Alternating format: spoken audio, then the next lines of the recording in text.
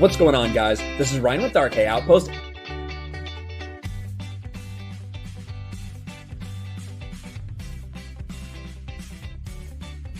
That is Earth.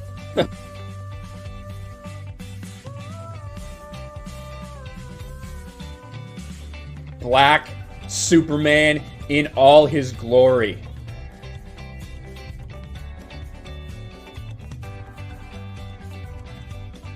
Obi-Wan was telling Anakin that him and Yoda gangbang Padme or something.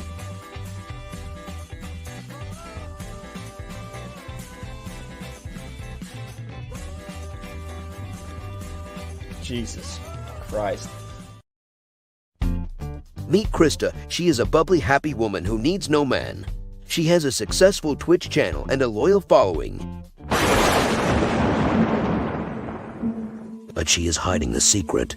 There is a darkness that follows Krista wherever she goes. Beep. Every town, every city she has gone to, mysterious things keep happening. People are going into a trance, saying only beep. There is no cure, no help, nothing. I'm gonna get you, voiceover guy. Beep. She is here. Help. Say hi, Mr. Becker. Beep, beep, beep, beep. Produced by Kevin Feige's son Jeremy, with music by the one-shirt Wonder Hung Ripper. Krista is horrifying this summer in A Beeper Ning. Directed by M. Night Shyamalan Ding Dong. Krista, what are you doing?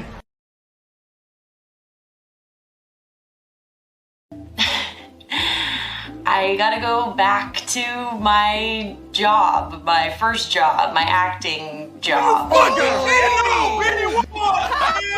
Oh, I thought he's talking. Fucking hell, man! What just happened? What just happened? Damn it! Fuck! What just happened? I need to understand. Please subscribe to Ryan's new channel, Hipster Outpost, but do it ironically. Now this is more like it.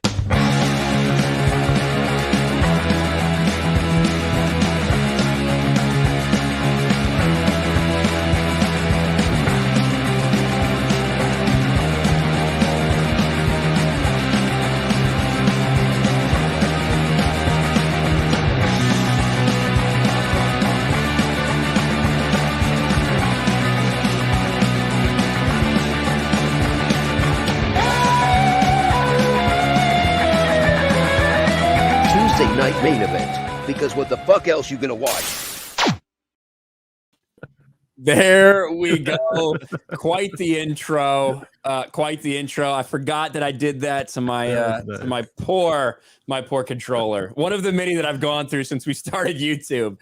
But what is going on, everyone? Tuesday night's main event on Geeks and Gamers, and it is a vast improvement already because Jeremy isn't here. That's always going to immediately upgrade the quality.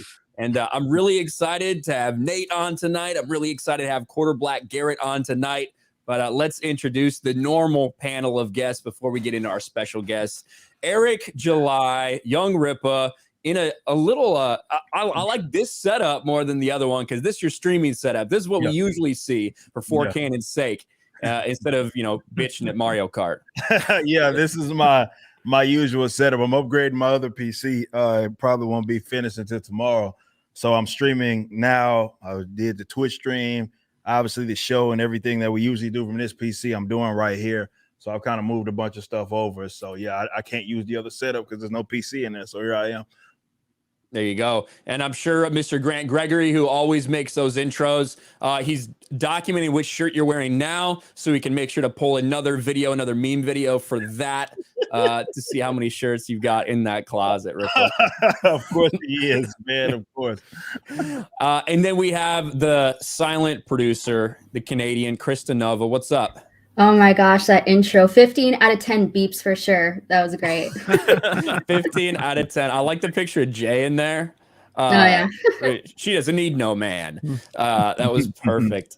But for the first time here on the channel, we have Black Garrett. This is the first time on Geeks and Gamers, right? No, I was on like 2 years ago, 2.5 years ago. You did an interview. Back when I had a mustache. Holy cow, that's a long time. It's basically a whole new channel now, let's just be honest. New and improved. What's going on, Black? What's up? It's good to be here, dude. I've been watching every Tuesday. It's good to finally be on. Yeah, it's good. And Jeremy, I know you guys have been asking where's Jeremy at. He's doing some stuff. He will be back on Thursday. I saw him in the chat a little earlier. He's really bummed that there's basically no signal where he's at right now. He hates it. He despises it. But that's okay, because I think we're gonna have a lot to talk about today, because we've got somebody who's been very popular, especially in the law tube sphere lately. And, if you've been watching Sports Wars at all, which doesn't always cross over, we've talked a lot about the female soccer team. This is when I became aware of Nate the lawyer and the videos he was making, absolutely decimating some of their arguments about equal pay and all this nonsense. But now we got Nate the lawyer on Geeks and Gamers. What's up, man? Hey, long time fan, been watching you guys for a long time. I fell in love with Geeks and Gamers. I was telling you earlier about the the second movie from the Star Wars thing, the Last Jedi. Yes, it's Rise of Skywalker. The Rise of Skywalker. That movie, it destroyed my childhood hero Luke Skywalker in such a way. Watching him milk, space cows and all, it destroyed me. And then watching Jeremy's pure horror and him saying like, "Oh my God, what have they done to Luke?" It spoke to me, because that's the way I felt. And that's from that point on, I've always been a fan. But yeah, for those of you who don't know me, I'm Nate the lawyer. I read the law and I call out the BS. So hopefully, if you like that type of stuff, that's what I do. Yeah, and that's one, I'm really glad that Jeremy's not here to hear you heap praise on him, because that is the thing I despise most in the world, is Jeremy getting any kind of compliments. So it's a good thing that he's not here for it. As far as the Latu sphere goes, it's something that's been on the forefront of everybody's mind over the past several weeks, as I really feel like it's the biggest thing since the OJ trial, just the way that it kind of captured the entire nation, and it felt like everybody was watching. They obviously weren't watching the entire trial, but they were waiting for a verdict. We'll put it that way, because it's clear that some of these people didn't watch at all. And what you did, you were a part of these big streams that I think Nick over at Ricada Law really started to blow them up, but that translated to everyone's channels. Yeah. Now everyone that's been involved in that is getting a ton of attention, as people realize it's almost a new form of entertainment to have people like you, people like Nick, explain what's going on as you're watching these trials unfold.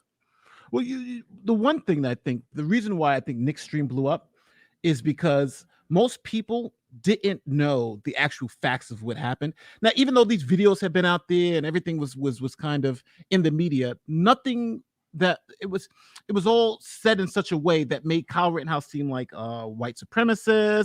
It made it seem like he was an active shooter, and from everything you heard from the media, it was like he's going to jail, right? He deserves to go to jail. And I think Nick's stream kind of took everybody, and you can watch this stream and watch all professionals, left and right. We had, left-wing lawyers, right-wing lawyers, and we all were just watching the facts and saying, well, this kid is getting railroaded. This DA is doing the wrong thing. And I think when we expose that when we expose what's behind the curtain, that this kid Rittenhouse wasn't some crazed maniac. He was actually the victim. Everybody just wanted to consume more of that, because it was like finally getting the truth out of what actually happened. And now you see, even after that, the struggle now is people still trying to settle what the truth is. Right now, the news media is still not telling you the truth about what happened, even though all the facts are out there. And that's the struggle. And that's why I think it's less that people are searching for a narrative, that people are searching for the truth. And I think that's what's got us where we're at today. I think for me, I've been covering the Kyle Rittenhouse thing since day one. We were doing streams covering all of the riots, all of that stuff, and then this event happened, and we were getting all of the facts in. So we had all the footage in the beginning. So I was already aware of everything, and I was aware that he was in self-defense, obviously. But what your streams and what Nick's streams were doing for me, it was putting all of these people that have an actual insight on what's going on, actual strategies of what's happening.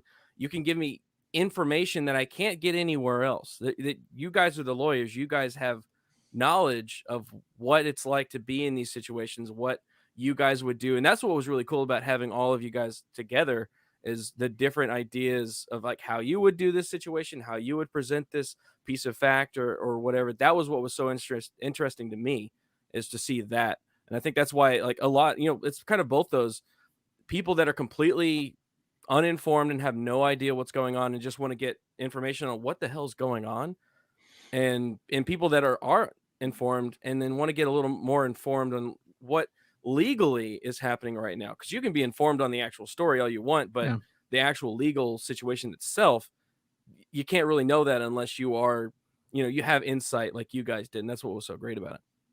Yeah.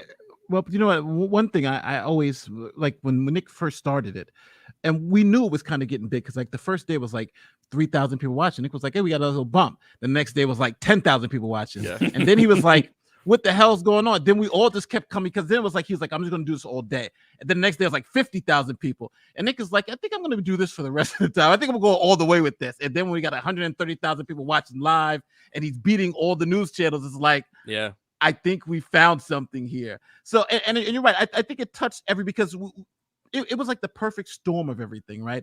Nick is supposed to be right leaning and this right leaning lunatic, but it's like, you know what? When you listen to him, you're like, he's not really so crazy. What he's saying is actually makes sense. Oh, the evidence actually says what he says it's going to say. Oh, he has these left-wing guys up there too, and they're arguing, but they're not yelling at each other. They're arguing over the evidence. They're, like you're saying, presenting the evidence. And I think what it exposed is that just because you may differ in how we see something or what the outcomes we want, if the evidence is so overwhelming, then no matter who you are, we all are going to come to the same conclusion. And just to really think, I watched MSNBC last night and they were talking about the Rittenhouse case. The lies that they were telling at the beginning are the lies they are telling now. And that's the scary part of 99% of the people who are watching that stuff are never going to go check to see if they're what they're saying is correct. They're just going to believe them. And until they stop believing them, until they just do that next check, they're always going to be fooled. So, that's the fight. And that's the fight that we've been trying to keep. Well, I think that's why you guys got the bump. I mean, you see that folks are looking for something else, and I think that's indicative of that. It shows that people are, it's not, unfortunately, the normie folk that just still watch MSNBC or CNN and value everything it is that they say are going to do that. But there's also folks that have come to the realization that the actual information that is useful, they're not going to get from them. They're simply not going to get from. They have to go somewhere else. And this is why I believe that, definitely with Nick's streams and having all those lawyers on, why that bump shows exactly that, and that people are looking for something else. And they're terrified. They were terrified talking about, Quarter Black could fill me on this one. Like Stelter was talking about like Louder with Crowder, and the fact that they're having to compete with these guys. They're mad about it, and they're pissed. They're absolutely pissed that they're having to compete with people that don't even have anything near the resources that they have, but they offer either be an opinion or a position or how they're covering something different from what the alphabet organizations or platforms are putting out there, and people are intrigued by it. So Stelter, I can't remember the other guy's name that was griping about it, and he's like, "Well, these people are getting more views than like CNN nightly," and I'm like, "Yeah, do better, better." Exactly. And they're speaking to that because their whole idea is like, "Well, we're the legitimate guys. We have the correct information. All the other guys are the guys spreading the misinformation and disinformation," and it's like, no, that's not what this is. It's just that people are looking to something different, and now they're scared shitless, really, to be completely honest, that more instances are catching on. This is yet another one, a new one, where you had all these people that are experts in their own field, and instead of going through those channels, instead of listening to CNN's lawyers or MSNBC's lawyers, not even lawyers. Like whenever you go to their channel, that's true. It's that's just very the true. same talking heads that say the same shit every single day. True. And that's why those guys were so great, because they were all lawyers and they fucking know what the fuck they were talking about. Like Anderson Cooper said that Jacob Blake was dead the other night. Yeah, which was insane. They've killed Jacob Blake all of a sudden, right? They've killed him. How many times are they going to kill Jacob Blake? ESPN and you know what? All over that. You know what? The thing that pisses me off, don't even get me started on ESPN. But that's Disney, man. Yeah, the mouse is definitely woke. But one thing that kills me with the Jacob Blake is that this whole Kyle Rittenhouse thing, let's just be coy with it, was started because the media lied about Jacob Blake. Jacob Blake had a warrant for his arrest. his girlfriend or his ex-girlfriend or his baby mama, she's the one that called the police. Hey, he's got the kids in the car. Hey, he's about to take the car and crash it. I need your help. He's got warrants, right? So the police came there to arrest the man with felony warrants, right? They tried to arrest him. He fought. He had a knife and he reached into the car and got shot. And it was unfortunate. Sorry to, but if I was there and he reached into the car and I got a gun on you and I say, don't reach into the car, you reach into the car, you're going to get shot. I'm sorry. That's just reality for it, right? You don't want to live because I'm telling you not to reach into the car, especially with the knife. But the news media lied so much about that incident that it forced people to go into the streets and then they said it's protesting, but they weren't protesting. You don't protest by burning down car lots, right? You don't protest, but that's not a protest, and it's so crazy because the one person who went to that protest to help people was Kyle Rittenhouse, right? Yeah, exactly. He was actually the person out there treating protesters who were hurt, right? He was, this one's got to cut this. And so the person who's doing that all of a sudden is now the person who's the active shooter.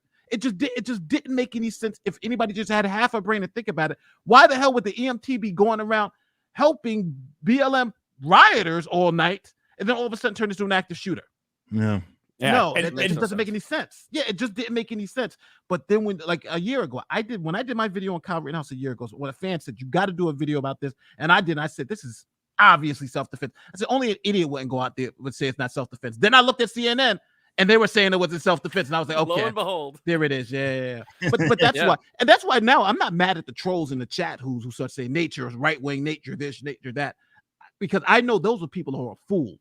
Yeah. And my job is to try to unbrainwash them and say, listen, don't believe me. Look at the facts and believe it for yourself. And then, if you want to be fooled, continue on with it. Yeah, and the problem is we've got a lot of people that they're either just so fucking brain dead, like truly brain dead, that they can't comprehend. I know we got some people here in the chat right now that literally are that way. What's up, Tyler Jadis? I see you come to my videos and you come here. You can't get enough of me, you cocksucker. Those are the best ones, man. Oh, yeah. Monetizing them, maybe. At least you're watching an ad or something, man. So thanks for the no. When I click on your name when you're in my replies and it says you've commented 875 times on my videos, at least I know you're really that dedicated, man. That's the best kind of haters, man, because they ad revenue, easy ad revenue, baby. They're making me money, that's for sure.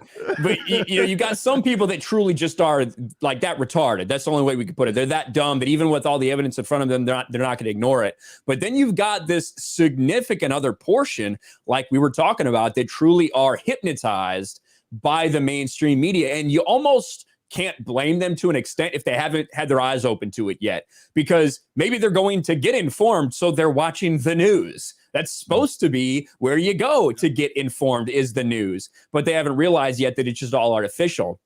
Now MSNBC, they have just almost gone harder since the verdict, which to me is insane. You'd think they'd be worried about lawsuits from Kyle Rittenhouse, whereas CNN kind of after the trial, they had the woman out in front of the courthouse who went through. It was like so funny. It was like, how many things can she say they were wrong about in 3 minutes? It's like they set this sacrificial lamb up there to read these notes of all the things they found out during the trial that they've been lying about. That's what makes it so bad, because a lot of the information that she's throwing out there, we knew a year ago. We They didn't know that. Where you been? What the hell are you talking about? Where have you been? That video was out like the next day. Yeah. It's like the Young Turks whenever they come out and they go, oh, well, we're sorry. We got some of the facts wrong. We didn't have the information. Bitch, we had the video the day of. Yeah. We knew all and that's how she worded it. The chick on CNN, she was like, stuff that wasn't necessarily public knowledge prior to the beginning of trial. I'm like, what are you talking about? The internet exists. Long out there. I'm not a lawyer. I knew that. I was talking about this a year and a half. What are you talking about?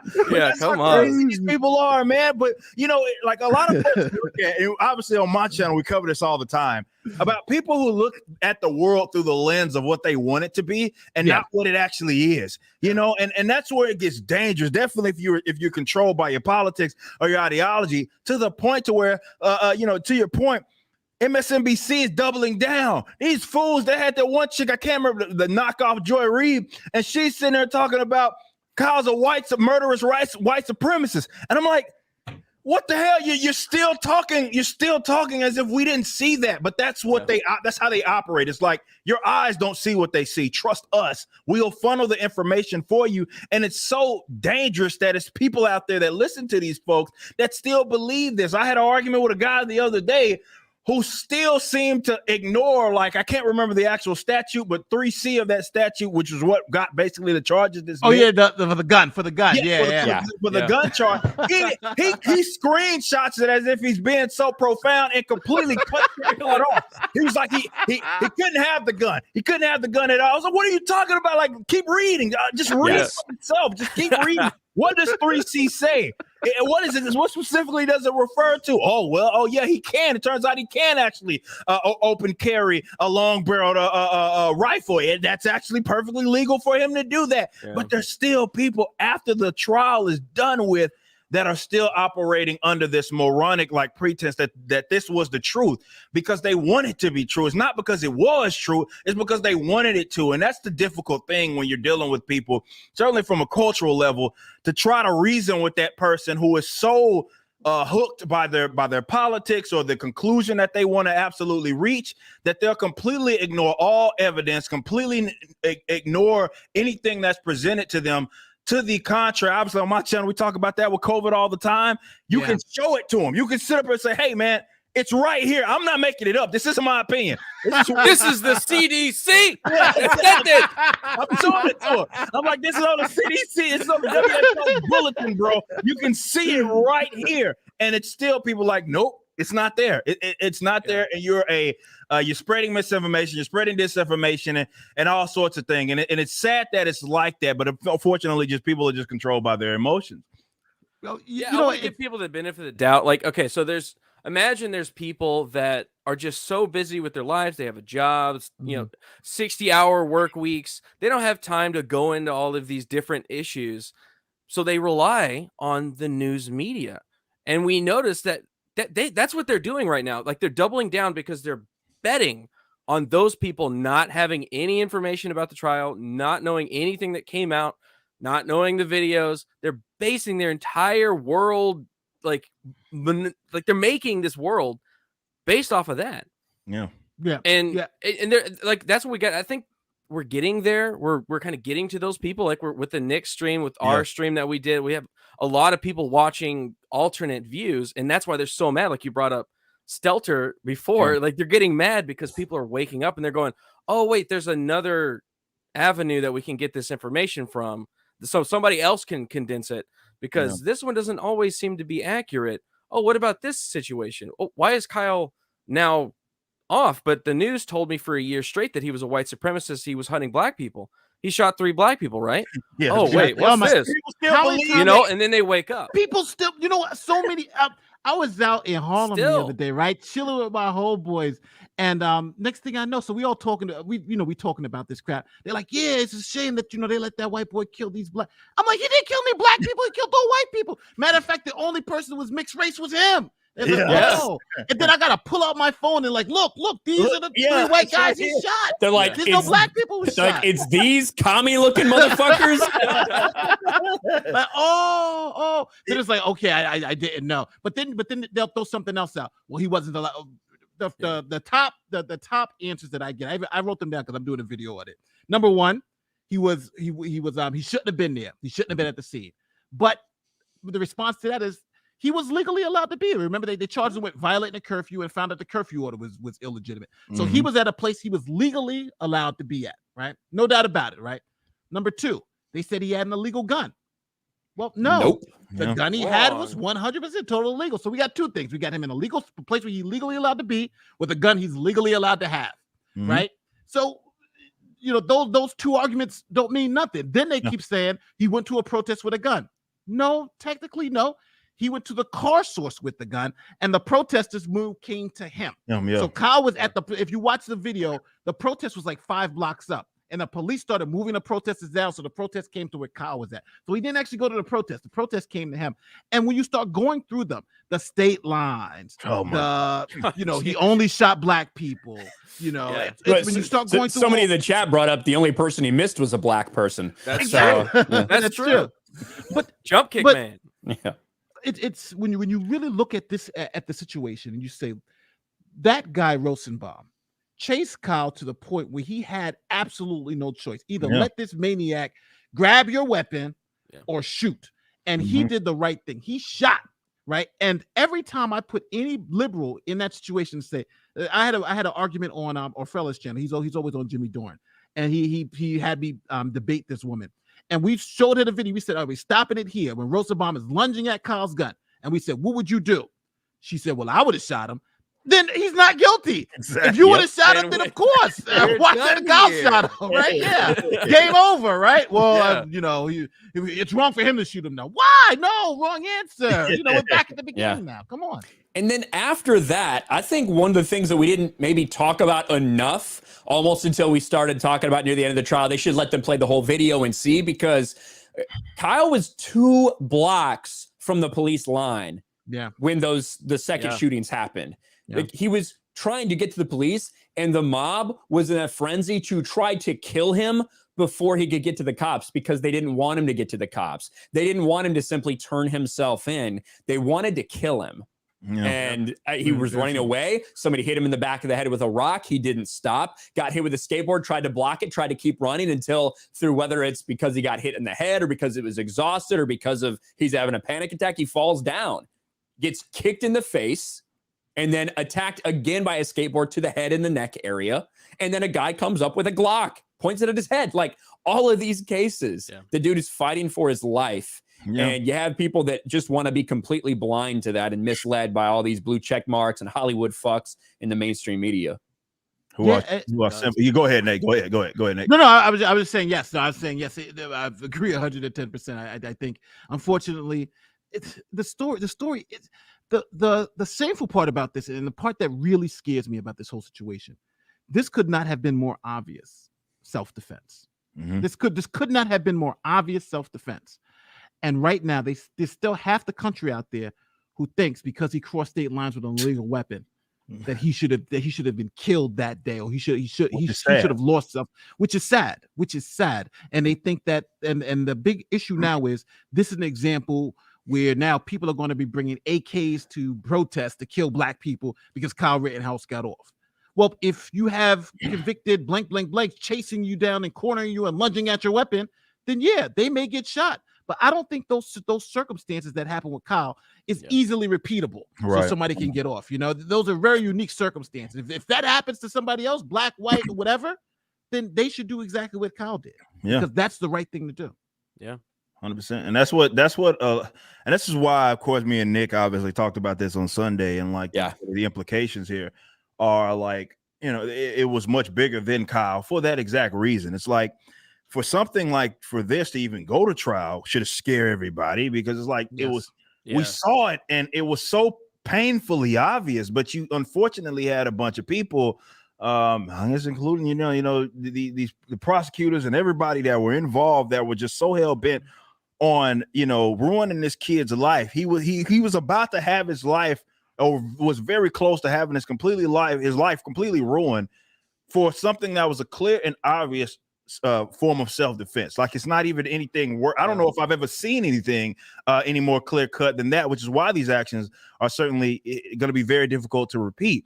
But I think for these people, they believe that it's punishing the folk that they feel are their political enemies. Now, I'm not saying that Kyle is their political enemy. They think Kyle may be their political enemy, which is good enough, certainly for them. And I think because they thought, and this is where we're at with it, where people are so willing to punish and ruin the lives of people, so as long as they think that they're punishing their political enemies, no matter what it is that they have to do, that should freak a lot of people out, really across the board, because that's dangerous territory that we're long in, especially now that folks they don't care about the truth. They don't care about facts. They don't care about evidence. None of that matters. It's that I don't like you, or rather someone told me not to like you. Therefore you must be punished. And that's just scary as all get out. I had to check my own partner, one of my closest friends, about this particular subject, getting completely false information about this. And I'm like, hold on, dog. I don't know where you're getting this shit from, but this is not true. here is the facts. Like, here are the facts. They're right here. They're right here. Again, I say all the time on my channel, you ain't got to take my word for nothing. No, I don't want you to take my word for nothing.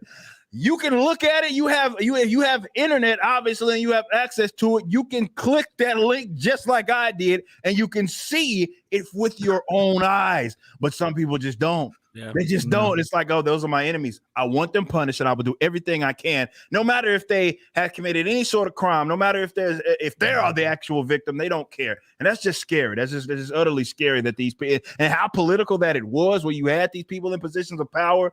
Biden alluded back in the gap that he was a white. Why is the president of the fucking United States? Like, you know what I mean? Alluded. Yeah, just don't comment. Don't comment on it. Yeah, exactly.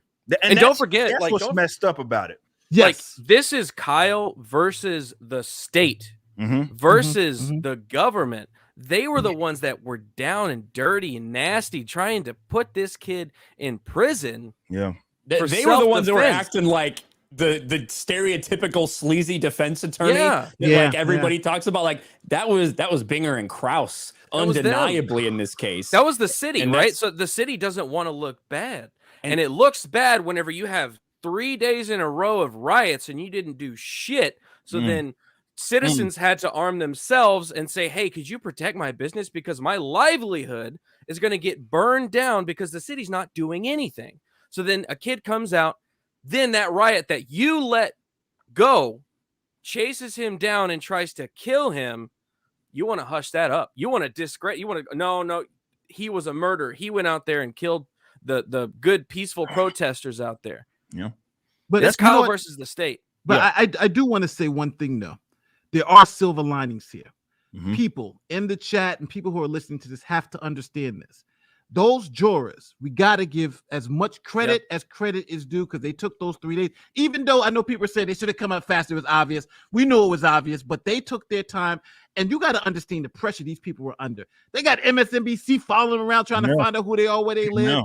They know people they hearing in the the chants jury, outside. like, in the room trying to take pictures of them and stuff. They can hear people outside. They can hear the crowd, the woke mob out there. Yeah. And let's not pretend like they didn't know that if they came out the wrong verdict, that the city was going to burn. You know, look what happened with the lie with Jacob Blake. Just imagine with this, we're going to burn the place down. But those people, they refused to sacrifice this kid to the mob. Yeah. They said no. They said no. They said, we know, right? Yeah. No, we are not going to sacrifice this kid to the mob and be damned. Let's see what happens. You know, we will not let one be sacrificed. Let's see what happens. And I think, you know, and I think people don't realize to be sitting on the, remember they kept giving, I don't know if you guys, when you guys were watching the trial, the jurors were giving notes to the judge, like, we're concerned with our safety. And the judge was like, don't worry, we're gonna, but even over all that, think about that immense pressure to still come back and still say, no, we're not giving him up because what he did was right. And we'll accept the consequences for that. So I think a lot, you know, no matter what you feel about the prosecutor, whatever, it's still we the people. And at the end of the day, we the people have to sacrifice one of our own. And in that trial, we refused to do it because we said enough was enough. Yeah, it's a fucking white pill. Like, it's a white pill, that's for sure. 100%. And we got Buford T. Justice here with a $50 super chat. Thank you, Buford. We're going to hit all these super chats tonight, guys. Do not worry, but I saw this one pop up. Nice to see Nate. He was great with Rekieta and his own coverage. It's good to know we have someone like Nate who's fighting for American civil liberties. So there you go. I appreciate that. Thank you very much, Buford. Appreciate that. And let's I want to get into the Hollywood stuff and talk about some of these Hollywood actors, their bogus takes. But let's run through a couple of these super chats that came early, and a lot of them are addressed to you, Nate. Mr. Grant Gregory for Aussie $10, the guy who does our intros. Awesome intro again tonight, Mr. Grant Gregory. Question for Nate: as a former prosecutor, law enforcement officer, and law school lecturer, what lessons can we take from the trial to help / change the current system of law back to being about justice? Well, I think this breakdown of justice happened at the prosecutor's office. I don't think there's any prosecutor in the country that, when you look at these facts, look at that video, you should bring these charges, right? This kid should have been charged. This should have never been, you know, this should have never been bail. The $2 million bail. Don't forget, let's talk about the $2 million bail. The kid being in jail for what, almost 2 or 3 months? He was in jail, you know, all for something that was obviously self-defense. And you knew that this was wrong when the prosecutor's opening statement. And the opening statement, the prosecutor said, the evidence is going to show that Kyle Rittenhouse chased down Joseph Rosenbaum, right? Confronted him and shot him in the back. That was an outright lie. He said that. That's what he said. That was an outright lie. And there's no consequences for him saying that. Man. You know, it's not like he's going to be, you know, a disciplinary committee. He outright lied.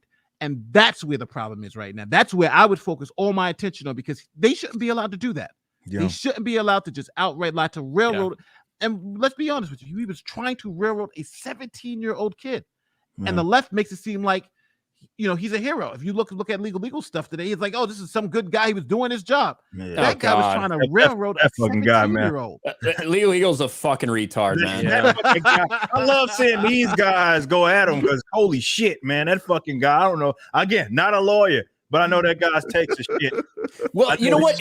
I take it back. Like, I saw them like, calm the fuck. He's not retarded. He's actually like, he's smart enough to know what he's doing and the way that he's presenting things. And that video he did today, which I know Nick's going to destroy on stream tonight. But, you know, that video he put out today, the first 10 minutes or so, other than in the first 10 seconds saying that it was Jacob Black that was shot. Must have been a Freudian slip for him. But, you know, the first 10 minutes, he was kind of laying things out a little bit slanted, but then he started throwing in these real bullshit things and really brushing over a lot of the facts of what actually happened during the case that are on video or we have testimony to. That's insidious, because he knows he's manipulating his audience, and he's smart enough to know what he's doing. That's why I don't like that guy. So that one thing he did in that video today that pissed me off is that he kept saying, you know, some people can reasonably see this is murder and some people can reasonably see this is self-defense. It's like, no, that's not true. Yeah. No reasonable people see this is murder. Not when somebody's chasing you down and lunging for your gun. You know, there's no other side of the story we can think that he murdered. There's no real world experience. And he was trying to make it seem like it's so subjective that, you know, self-defense to one man is murder to someone else. Yeah, that's not how the law works. No, the law works is that we know it's self-defense, so we can objectively say that's self-defense. We can objectively say that's murder. And these two things are not the same. It's not just who's sitting there. It's about the law. And it's that's that moral relativism. It's like everything. It's cool over here, and there's a gray area everywhere. No, because they don't want to. It's the law. They don't want to see being incorrect. That's why I never, when I hear people say crap like that, and I know they're incorrect, and they're like, "Oh, we'll just have to agree to disagree." No, we're not. No. We ain't agreeing to disagree to nothing. You are incorrect. You are incorrect, factually incorrect, and I'm not conceding any sort of ground. We should to these people. We should not. These people are. You know, the way that Ryan mentions it, I like it, because it assumes that the guy's fucking evil, because you know better. You know better than I do, because you're more knowledgeable on certainly the law, but yet for you to still do that and say those things, you coming from a place of, I don't know what to call you other than a damn demon, but that's bad. That's bad. And to Garrett's point, it is that moral sort of relativism that they try to approach it, because they don't want to concede the law, so they don't want to concede that they were incorrect about something. So they're trying to walk away from it, saying, "Well, I agree to disagree," and I'm like, "No, you were wrong," and we're not moving away from that. You were like Legal Eagle. You know the facts, you know the law. Then you say, "Well, I can see how some people can." It doesn't matter what some people think. Yeah. What matters is what happened and what the law is, and it was self-defense. And he was so hesitant to truly take a position himself in that as well. And he tried to make this argument like, well, if you think that Kyle Rittenhouse was allowed to have self-defense, then you should also think that everyone else involved could have also had a right to self-defense.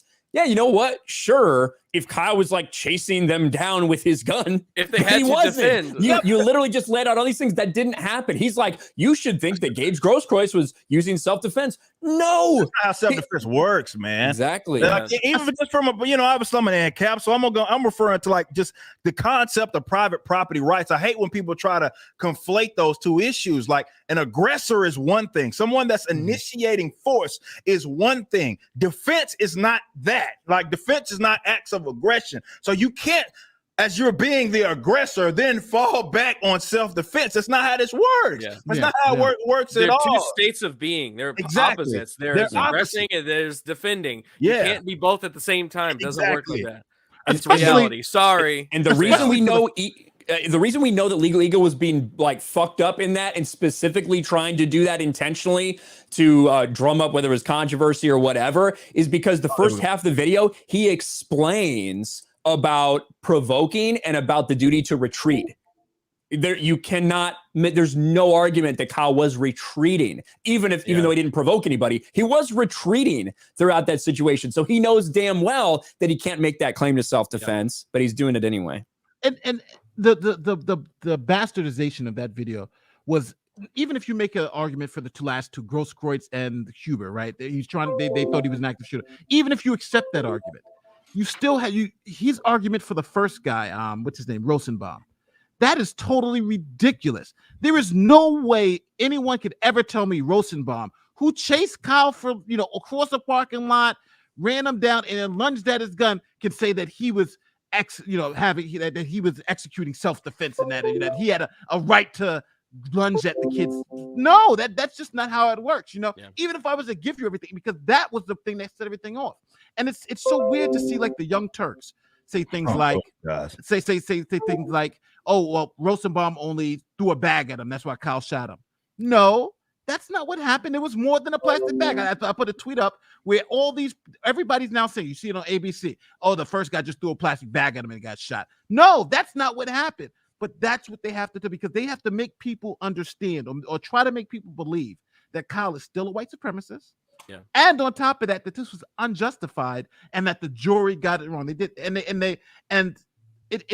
it's damn the facts to keep the narrative going. And the shame, and one last shameful part of this is the president of the United States calling this kid a white supremacist. Yeah, that's insane, man. Yeah. What are you talking about? You don't even know this kid, but he still thinks the U.S. soccer women are being, not paid equally. So yeah, right.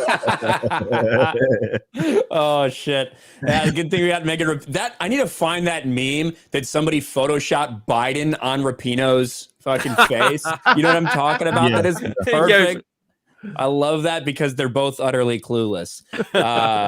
Let me run through a couple more of these here. Kel the third for $20. Hail all. Nick and the council were by far the best and most insightful coverage of the trial. Definitely should have had more views if not for Susan and her BS. Yeah, they cut us off there. I was there when they cut us off. We were like, what's going on? So for those of you who don't know, so we were getting up there. So we started beating up all these other streams. So it was like 70,000. So we're like, oh, we might be able to get 100,000. Then all of a sudden it went dark. They cut our stream. We were like, why are they cutting our stream? So it's copyright.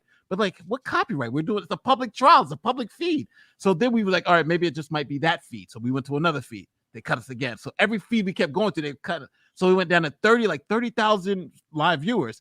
And then they said, okay, now you can have your stream back. But then that's when the miracle happened. Then it went from 30 to like 100,000, like overnight. It was like, oh, because everybody was like, oh, he's back up. And then they sent Nick a note saying, oh, it was an accident. It was just, our AI messed up. But, it always seems to mess up in a certain direction.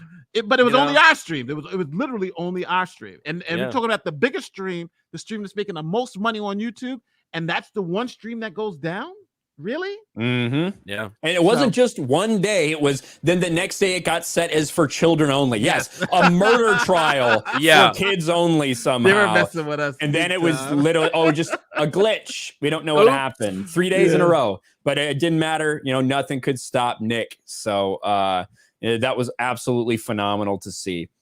Gerald Armstrong for $5. Nate, did you look at Legal Eagle's video about Rittenhouse? Yes, we did, Gerald.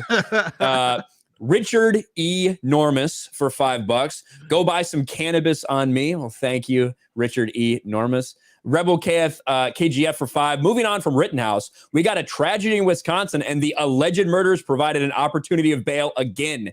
Nate, why? We should talk about that quickly. I don't think any of us, I don't know if Rip has covered it yet on his channel because I was really busy today, but what went on in Wisconsin was truly just a tragedy and disgusting, with somebody driving through a Christmas parade, injuring and killing several. I think a sixth person has died from that. And, if this person had been a white guy with a MAGA bumper sticker, that would be all the news could talk about, everything. But it's not the case because it's a black guy with a really long criminal history, including bail jumping. Yet for some reason, after attempting to run, I think, his baby mama and her kid over with a car. He was out on $1,000 bail. Wow. How does this happen, Nate? And two, if that's the case, don't you just not give him bail again? If this is really what's happening, instead of setting it at a ludicrous $5 million? Well, you know, it's this. Yeah, I would say you shouldn't even give him bail. That's ridiculous. But I think the pendulum sometimes swings too far the other way. Because, for instance, I was at the Bronx DA when we had the case of the backpack guy. We had a guy who was arrested for stealing a backpack. I'm not sure if he stole it or not, but supposedly, even if he was convicted for stealing a backpack, he would have gotten something like 9 months in jail, right? So that's the max he would have gotten. But he spent like a year and a half in jail waiting for trial. Yeah. Right. So that's crazy. Yeah. That didn't make any sense, right? But he couldn't pay I think it was like $500 bail or something, but he couldn't pay the $500 bail. So he had to stay in trial, stay in court, and then he committed suicide after it because of that experience. But that was ridiculous. So people said, well, we got to change the bail system, right? Because essentially if you and it does make sense in this sense. If you are telling people that they can get out of jail because of how much you have, then that essentially benefits those who are well off, right? If you have the money to pay, you're going to get out of jail. If you don't have the money to pay, you're going to stay in. So essentially, it does give you this uneven system. So the way they were trying to do it was to make the system more even and saying, okay, we're going to get rid of the cash bail system and give people more opportunities, no matter who you are. But this shows you how, this is where I think the liberals, this is when they injected identity politics into it and messed it up, because they said, well, most black people are going to have that problem. So now instead of having a system that looked at your criminal history, man. Instead of looking fucking at racist, just assuming that more black people, they're going to be the because it's going to be effect. So they're going to be criminals. Instead of now, having a sensible say, okay, let's look at this guy's criminal history. He's jumped bail before. Then obviously we don't want to, we're going to make his bail a little higher or something like that. We'll say, no, we're going to just try to just let everybody go and give everybody an opportunity to be let out. And by doing that, now you have these real serious criminals who jump bail, who do all this stuff, who are still getting out of prison because they're getting through these loopholes. Instead of just having a sensible conversation with the guy with the backpack, obviously shouldn't have been in jail for that long, right? That's ridiculous. But this guy who's jumping bail, who has all these priors, he should obviously be in jail. And we can live in a world, we can have a world where those two decisions can be made through rational discourse, right? This guy belongs in, this guy belongs out. But the way the left talks about it is that they're both black, so they both should be out. And that's not the way we should do these things, Yeah. And black people aren't a monolith. Exactly. Black people are individuals. That's how you need to take every situation, every case individually. Yeah, that's what we are always saying. That's why the obsession, and obviously we see these in this and really everything. The obsession with disparity has always been the issue, right? It's like some of those obviously are voluntarily arrived, but even if they weren't, it's like what is wrong and what is right or what is just is not dependent upon the impact or rather the makeup of, let's say, the races or of people in any given scenario or human affair. And unfortunately, that side of people, a lot of these issues, they look at it from, well, this amount, or they think that this impacts, unfortunately, black people in a discriminatory way and in a disparity sense, and not looking at it like, okay, is this wrong or just in the first place? Like I have this argument with people about, for example, the drug war. Like, getting people to focus on, okay, this is an issue. Why? Okay, this is the issue. It's not an issue just because, it impacts black people or Hispanic people more. No, whether the makeup of that person is that's completely aside from the point. Is this a just situation, or are we dealing with something that is righteous? Or are we dealing with these people that are committing these victimless sort of crimes?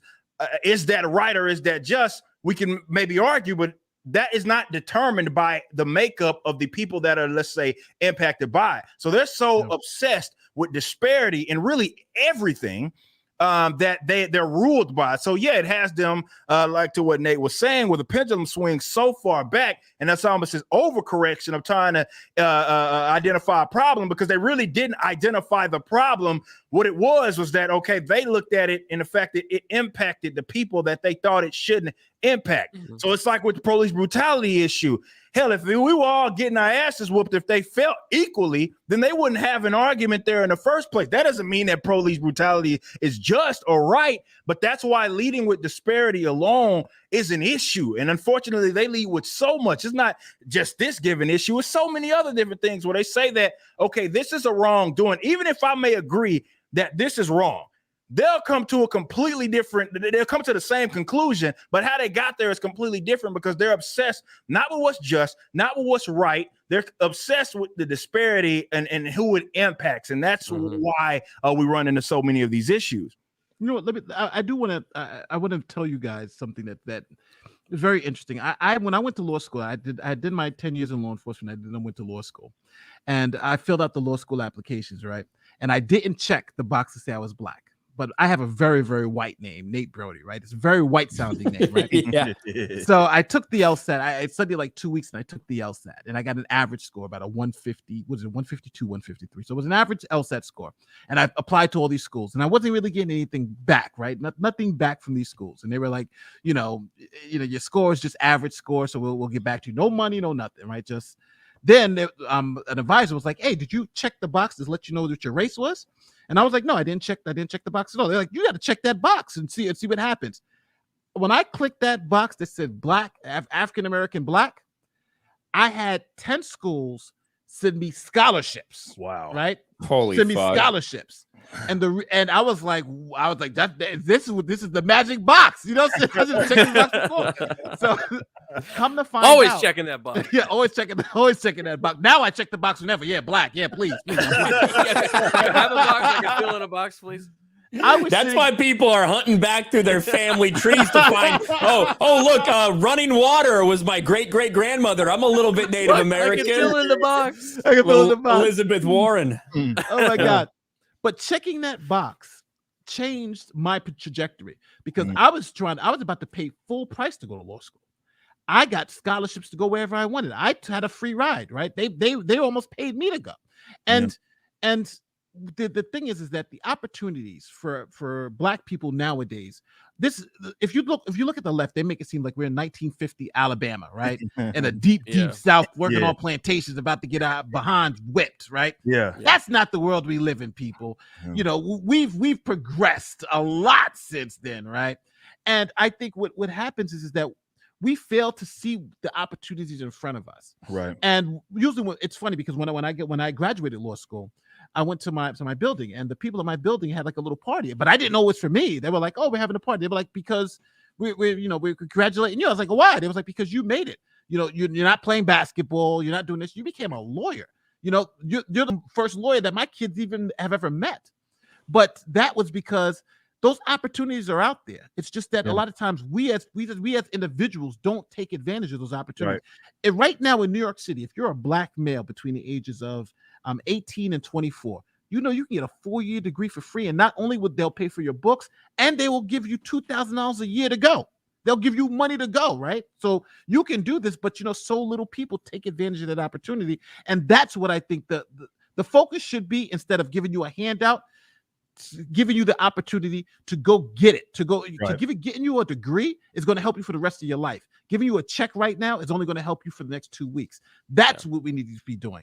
But that's what a lot of people just don't understand about what's happening right now. And that's what the left wants to keep us deaf, dumb, and blind, because as long as we have this boogeyman, Trump is a boogeyman, this person's a boogeyman, then we're always trying to keep what we have now, afraid because that this person's going to take it away, instead of now holding our votes captive and say, well, you got to give me something if you want me to vote, not just giving you every 4 years the Democrats won our votes. Yeah. Well, now make them pay for it, make them work for it, or I'll vote for the other guy. The other day on Twitter, I told people, they were like, are you going to vote for Biden again? I'm like, no, I'm probably not. And they're like, why? Look, do you see what's going on? I'm not crazy. No, I'm not going to vote for the guy again. Well, who are you going to vote for? The other guy. Whoever else is going to be voting, that's who I'm going to vote for. Yeah, the other guy, right? Last time I was the same way. I was like, I'm not voting for this guy again. I'm going to vote for the other guy.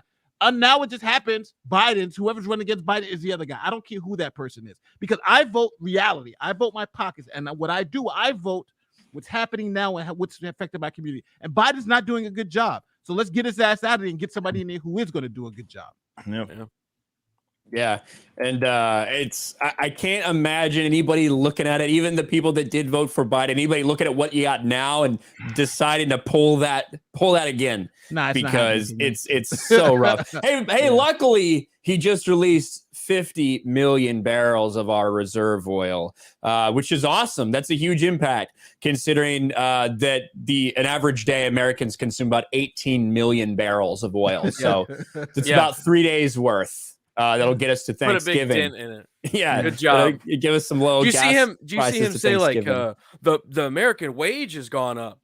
Well, so is inflation, and the price of fucking meat and lumber and gas and housing, dude. You didn't do shit. Everything sucks right now, man. Every time I go to a gas station, it's that I did that. Every single time I see that sticker, fucker, I pay so much money for fucking gas and stupid, fucking dumb. Listen, and it's like you did that. The day you stepped your fucking ass, your shitting ass into office, everything went exploded. Listen, you know it's bad when the cats hopefully people are putting those things together. Are asking where the hell Trump is at. Like cats in the hood is like, we need fucking Trump. Like, yo, this shit sucks. Like, yo, dude. This ain't going too well. It ain't going too well. Look, man, like the reality is the reality. It's like even like Biden has nothing. I mean, even with the COVID shit, we know what happened with this past year. Finally, those numbers that came out, there's more deaths in this year than it was last year. Despite having a vaccine, which goes, even though he was bragging about, I can get this under control. I can get it under control. You can't do shit. But that's politics, really, in general, is them selling a bunch of lies to a bunch of folks, and unfortunately, people buy into that. But like today's point, and certainly to the point that I make all the time, man, it's like expecting these assholes to move your world for you is a mistake. It always has been a mistake, and it's not just with them, it's with their little cultural icons. They're sort of the way they have structured the world is to keep them exactly where they're at. And they're not going to certainly encourage you to be like self-sufficient by any means. There's a lot of opportunity out there, definitely in this heavily digitized age. If someone as ugly as Ryan can get on YouTube and make a lot of money, it really goes to show that anybody can fucking do it. Yet, you know, you have a lot of these folks who are in these positions of power who are still selling this bullshit because, again, it's designed to keep people exactly where it is that they're at. Once folks progress beyond them, they find out that they're not necessary. So what better way than convince a bunch of people, a bunch of folks throughout the populace that they are like they're needed, right? They're required. Like, we will move your world. They never do, but we will move your world for you. Just get us in office, or just support us, just do whatever it is that they, of course, want you to do. And every 2 years, they sell you a lie. Unfortunately, a bunch of people support them. Yeah. You don't get shit out of it. And it happens time and time again. But it all stems from this idea that folks look at the sort of political institutions as saviors and as people that are supposed to do that. And that's sort of the toxic mind of thinking, because you'll be waiting for the rest of your fucking life if you think that one of those guys who have never met you are going to move your world certainly for you. Is just simply not going to happen, but you'll be waiting forever. They're not your saviors, they're your servants. They're your servant. Like, literally, that's what. Like, that's in their name. All you should want from the public servants should be for them to get out of the way enough so that you can save yourself. That's what it should be. You need to be your own savior. I'm away, dude. Don't get into mine. But that's what, hell, going back to bring it back home to the case, that to me was what was on trial a lot. And then Garrett kind of alluded to it. Like, this is the state telling you that you don't necessarily have the right to protect yourself, even though they have told the people that are the enforcement arm of them to stand down, to not, do anything about your businesses and shit being buried in the ground. So when you decide to put the protection of, which I believe people should do anyway, but you decide to put the protection of yourself and or property in your own hands, and you do that, then you get criminalized. It was the case I bring up was like this in Minneapolis as well. It was a pawn shop owner. Looter comes in, busts through the motherfucking thing. The pawn shop owner said, "Not today." No, laid his ass down like he should have, and unfortunately and I think the charges are never getting dropped. But the fact that it even got to that point, they arrested that man for murder. Wow. They arrested him for murder because I believe Minnesota is one of those duty to retreat states where you have to literally be about to get hit with a fucking brick upside your head, retreating before you can actually shoot someone and defend yourself and your property. But that's, to me, what's on trial when stuff like this happens. It's like the state fails to do what they said that they were going to do. The people that they have there that are supposedly supposed to protect you, we can argue that, but supposedly that's what they're supposed to do. I've been told, no, don't go there. You can stay right here on the outskirts, but let them motherfuckers come burn everything down. You just sit there and watch. So folks said, you know what? Bet. I'll put it in my own hands, and then they become the criminal. And that, to me, certainly was more of the problem there, because if they had succeeded in that, when you see more things like this happen, and they will happen again, these fools don't know how to fucking act, and they call themselves getting mad again. They start burning down cities, and folks start protecting themselves. Well, then you're going to be the criminal, and that's the scary thing. Well, one of the arguments I kept hearing was, well, if now it's going to encourage more people to go out there and do this. What? Yes, good. That's what I want. Yes. I want if there were 50, if there were 100, if there were 200 people that lived in Kenosha that were like Kyle and were protecting their property, none of this shit would have happened. It's true. None of this shit would have happened. And the only reason they went to get Kyle because he was out there alone. Yeah. Joseph Rosenbaum said multiple times he threatened Kyle that night, and he said, if I catch one of you motherfuckers out here alone, I'm going to fucking kill you. And sure as shit, that's what he tried to do. And the fact that all of this was legal isn't stopping these people. Stephen Colbert mourns Kyle Rittenhouse acquittal. We should change the law. He says if Kyle Rittenhouse didn't do anything illegal, then we should change the law. What a surprise. What an asshole. That's the point that it's gotten to with these fucking people. I'm going to say I'm not a legal expert there at the bottom. It does, yeah. Correct. One thing that makes me always laugh about these media personalities is that they never do these retractions when they're wrong. That's true. You'll never just hear them come out and just say, listen, I was wrong about this. Here were the facts, because that's essentially what happened here. All of them were wrong on the facts. And instead of coming out and saying wrong, the law was wrong. Like, when have you heard that, right? No, the law was wrong. Why? How can you change the law to allow where someone who has chased you down, cornered you, and lunged for your weapon, right? And we saw the eyewitness he says, F you, and lunge for the gun, right? That's what the eyewitness on the scene testified to in court. The prosecution's witness, Richard McGinnis, who, like, they because of course they asked one question too many. Prosecutor asked one question too many, and he's like, well, you can't really know what was going through Mr. Rosenbaum's mind, can you? And he's like, well, he screamed, fuck you, and grabbed the gun. So I had a pretty good idea. I inferred a couple things, I think. And we must have said something about state lines here, because we got a couple state line super chats. Mark the Cyborg. What's up, Mark, for 7 Canadian? I was pretty convinced it was self-defense, but then I heard he crossed state lines, and that's a capital crime. Cross those lines, man. You're state lines, lines, man. State lines. Only borders leftists have ever cared about. I'm gonna get a T-shirt that just says state lines. State lines. He was still running with it, even though the gun never did that. The gun was right. It never crossed state lines. It's still running with that. It's crazy. It never left since he purchased it. Think about how crazy the world we live in, right? The only one who was saying racist epithets there at the thing was Joseph Rosenbaum, right? That's true. The only person who had an illegal gun at that place was their witness, right? Wasn't it Grosskreutz? His gun was actually illegal. He had an illegal weapon. His thing was expired.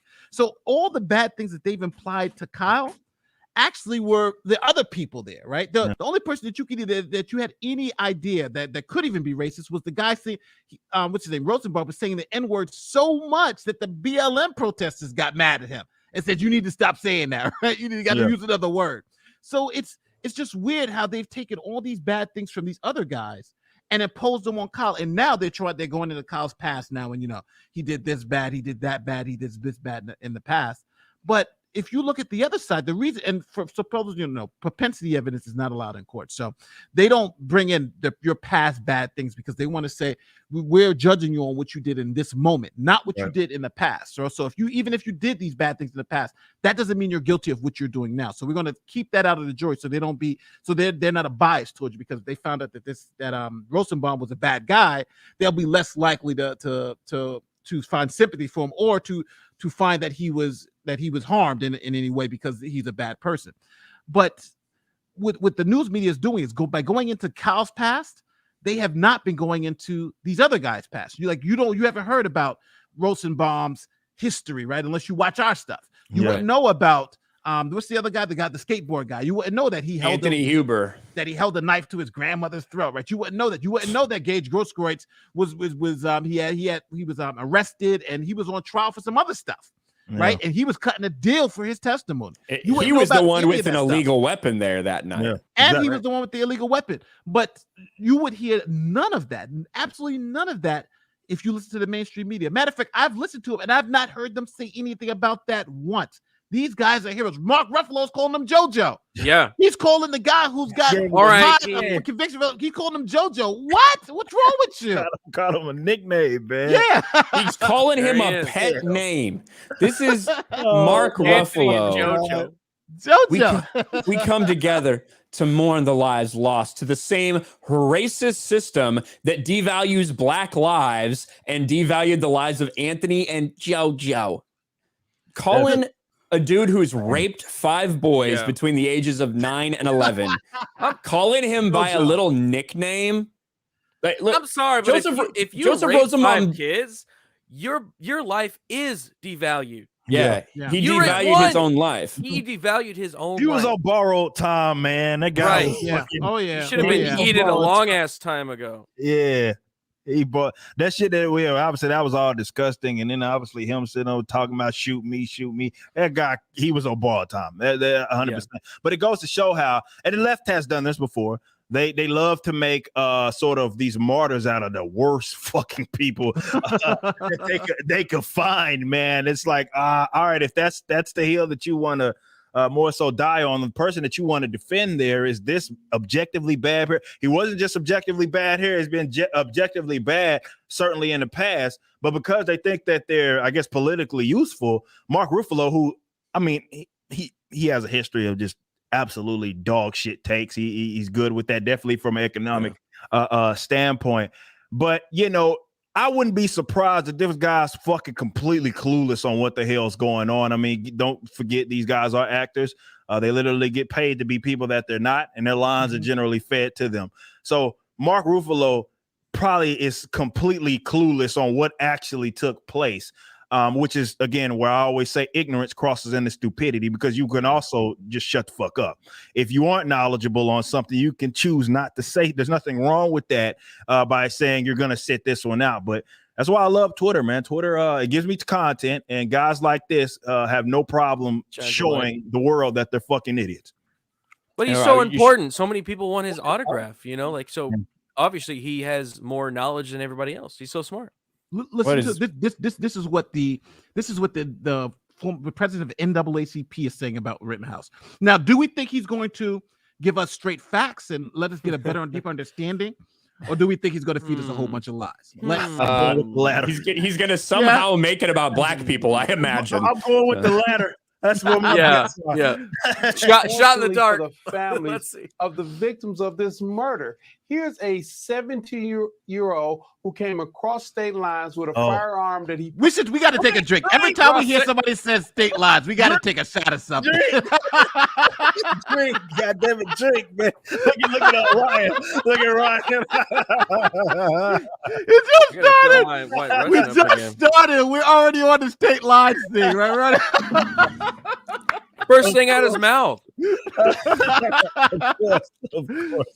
State lines. It's the NPC. It's the NPC download. Eric says it all the time. They got a fucking update. They got the firmware update, man, and that's all they got. That's all they got. That's all they were told. And they can't. They're zombies, man. They can't deviate from it. They don't. They're incapable of possess illegal weapon. We're 3 seconds in. We haven't even got that. Every time, man. Every time. All right, so we got state lots. Here we go. Illegally, driven by his mother. Purchased illegally. Wrong. To a community that did not. Driven by his mother, which he wasn't. He actually like it would be a better argument if they actually told the truth, because the truth is Kyle Rittenhouse doesn't have a driver's license and actually shouldn't be driving a car. That's true, yeah. But he drove there. So like they can't even get the right shit right. Like that is what they should be saying. He illegally drove a car to go to work. He shouldn't have been doing that. That's an indication of his poor decision making, but they can't because they're so stuck on this lie. Yeah, they need the property that was not his property, and to support law enforcement officers who didn't need support. And so there is no logical reason for him to be there. The fact that this judge dismissed the armed charges, which should not have shouldn't have been dismissed. Why? The real question here is, was there a federal crime committed? Now we're talking about federal the Biden crimes. administration be bringing federal charges in this case? Do we have a U.S. attorney that's been appointed in this jurisdictions so that we can look at whether or not this young man should be charged? You and I both know, had this person been African-American or Latino, he would be behind bars tonight. Ryan, you called it. You called it. You said you were going to bring it back to race. You called it. And right it back around. To 3 white people, and we're back to black people. You're right. Guess what? Yeah. He is Latino, bitch. Yeah. He is Latino. He is actually. Yeah. Got you.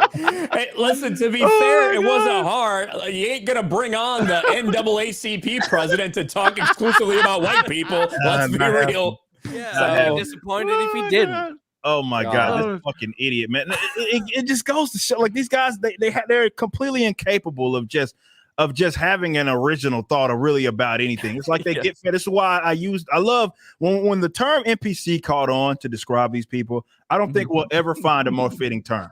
That was the absolute best term to describe these people because they can't operate outside of that given script. They get it, and when they all get it. Definitely for us that are on social media, like with the state lines, people continue to say that. It's like with COVID and back when it was 2 weeks slow to spread, you had all these people who had never, ever heard of those terms, were using those terms to describe why we needed to do what it is that we needed to do, because those are the lines that they were certainly, they were fed. They are incapable of certainly deviating from this. And when you go on those platforms like he was on, it's not like there's anybody that's going to check these guys and say, look, I understand the angle that you're trying to take with this, but you're using stuff that isn't even correct. And we knew it before the trial, but especially with this entire trial being public, the information that you're leading with is simply not true. And often that they never experience that. They are purposely in an echo chamber to the point to where they don't have to feel the opposing view. I mean, how many times, me and Ryan to probably dealt with people who just have these dumbass COVID takes, which are like just completely incorrect. Like they're wrong. It's like people still out there, for example, think that the jab stops transmission. There's still people out there that believe that, even though the CDC has said, no, man, it doesn't. But there's still people out there because those were the lies that they were fed. And until they get an update from their handlers, they're still going to run with that. And that's sad. These people just don't have any sort of original thought. Like, just take it and assess it for yourself, man, instead of just rattling off what you heard someone else say. Holy shit. The people that are accusing Aaron Rodgers of putting other people's lives at risk because he didn't get the jab. Like, those are the people that are, just like you said, Eric, they're deranged because that has literally no effect. Guess what? Me wearing my seatbelt doesn't affect how well yours is going to work. And that's question that I would have to ask the question, is the seatbelt even effective in this case? But that's an entirely different story. It's a different question. Where was this here? Derail gaming for $2. Kyle and the January 6th villains crossed state lines. State lines. B. Carswell for $5 says, Ryan, I crossed across state lines to shoot my fully semi-automatic assault rifle at a range. Am I a Nazi now? Rosenbaum died doing what he loved, chasing young boys. Thank you, B. Carswell. The bird. Yeah, Ryan Cloutier for $5 doesn't say anything, but thank you so much. Mandrake for $10. Here because of Nate, new sub. Good to find you. Well, thank you, Mandrake. Appreciate that, man. I'm really excited. Nate's here. We got 2,800 people watching, which is fucking phenomenal. So we're glad you guys are showing up, and everybody needs to make sure you sub to Nate if you're not subbed already. Sub to Quarterblack if you're not subbed already, and all you guys already subbed to Eric July. But of course, Krista, you got to subscribe to Krista or follow her over on Twitch because she's verified partner or whatever. They won't give that to me. Too toxic. Just what it is, I guess. Mags for $25. Mags, I've seen you throw a couple super chats in. Thank you so much for 25. The salt mines have been busy. Hollywood tears have been flooding. Yes, they have. Another 25 from Mags. This trial has really shown who the true pedos are, or the ones who seem to support people like that. Yikes. And the Hollywood crowd say we don't have the right to self-defense from their secure mansions. And yeah, it's pretty like, I wouldn't say it's stunning because we all know what Hollywood's about. We've seen the types of abuse that goes on in Hollywood. We've seen the cover-ups that have come from Hollywood for both young girls and boys. That's why half these child actors come out so fucked up. It's not just because they got famous at a young age. It's because of what's going on behind the scenes at Disney, at Nickelodeon, at all these places. There are horror stories. Disney employees right here. Mark Ruffalo. Pedro Pascal. Oh, I thought you were going to say Joseph Rosenbaum and Anthony Hubert. Well, we don't know. Yeah, but not going to deny that. Yeah, Pedro, our man Pedro Pascal. Him. Joseph Rosenbaum, 36, and Anthony Hubert, 27, murdered August 25th, 2020. Rest in peace. Oh, look, holy shit. Krista got fucking 7,000 likes on that. And there's a typo in it, too. Go figure. What about to all of victims these two people abused? That's true. That's true, yeah. Yeah. But look at that. True. Doesn't care to mention that. Many. Look at this fucking ratio. Not even the Pedro Pascal stands, who I made a video about Pedro today. I got to say, I forgot how fucking dumb all y'all Pedro Pascal fans are. So I was reminded today, which means I just need to make more videos about him. Not even they were silent when it comes to this, probably because most of them are between the ages of like 13 and 15. So maybe they're not big fans of Joseph they're the Rosenbaum. Yeah, they're the targets. They're the targets. They're afraid. They're the ones who are sleeping more peacefully at night, knowing that Joseph Rosenbaum is gone. But it's just like, we have seen these types of ratios for all these Hollywood actors. And on Twitter, that's saying something. Like, we talk about Twitter a lot because it's used for us to make content. A lot of influential people are on there. A lot of stories happen on there. But the bottom line is Twitter is a cesspool because of who uses it. A minority of the population actually uses Twitter. It's somewhere like 30%. That's like 21 to 30% use Twitter. It skews heavily female, which is a fucking terrible thing, heavily liberal, and heavily young. So it is not a good representation of society in general. So when people like this are getting ratioed, that is big, because that means they've pissed off a huge amount of people to be ratioed on Twitter's platform. And we've seen it with Pedro, who I took a screenshot because Pedro Pascal and Pedo were trending right next to each other on the trending tab. It was perfection. But people like Mark Ruffalo, look at that ratio. Similar ratio there. Reese fucking Witherspoon. No one should be able to purchase a semi-automatic weapon. He doesn't even know what the fuck that means, man. Lines. Oh my God, we got the cross state lines. I'm out. I'm already out. We got to take it. Oh my God. I got a full bottle here. You guys are gonna kill me tonight. I gotta finish this bottle now. All right, take a shot. State lines. Reese Witherspoon. Look at that. 24 to 5. 24K to 5. Yeah. What a dumbass. State lines. Don't say this. Don't put another state lines up there. You're gonna kill my liver right now. All right, that's it. I finished it. There we go. There we go. Yeah, we're not going to turn this into a drinking stream. That is for Nick Rekieta. I did, however, I did get, where the fuck did I put it? I found some Howlerhead. Finally, I found Howlerhead Dana White's liquor, which I got addicted to at John Bartolo's studio. I got Howlerhead at my local place that I finally found, so I'm gonna be able to drink Howlerhead whiskey. Awesome, $25. You can't beat the price, and it tastes good. It's a banana flavored whiskey. You wouldn't think that would sound good, but it's fucking fantastic. So Howlerhead, hey, I'll shill your shit for you, and I'll drink a lot of it too. But yeah, like these Hollywood people, I did a couple videos, one for Geeks and Gamers, one for my channel, where I just went through this list of all of them having the most idiotic, brain dead takes you could possibly imagine. It just goes to show, I think that 2016 was important for a lot of reasons. Once Trump got elected, the Hollywood elites, the mainstream media, all of them decided that we can't let this happen again. We're going to take charge.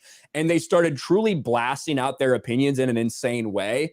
And they've driven so many people away from whether it's entertainment, whether it's sports, whether it's video games, because of their activism. And it only goes full force the more the losses that they have.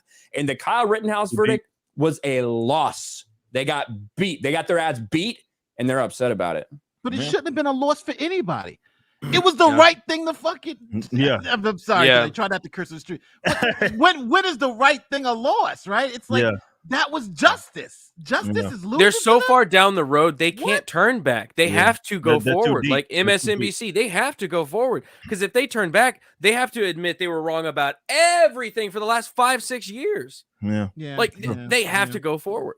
No, they're 2 balls deep into it now, so they're turn around. That's what sucks about it, and why you may think like, damn, these people continue to double down, like despite being just so incorrect. Again, I keep referring to COVID because that's another prime example of that. Doesn't work, but they're too deep.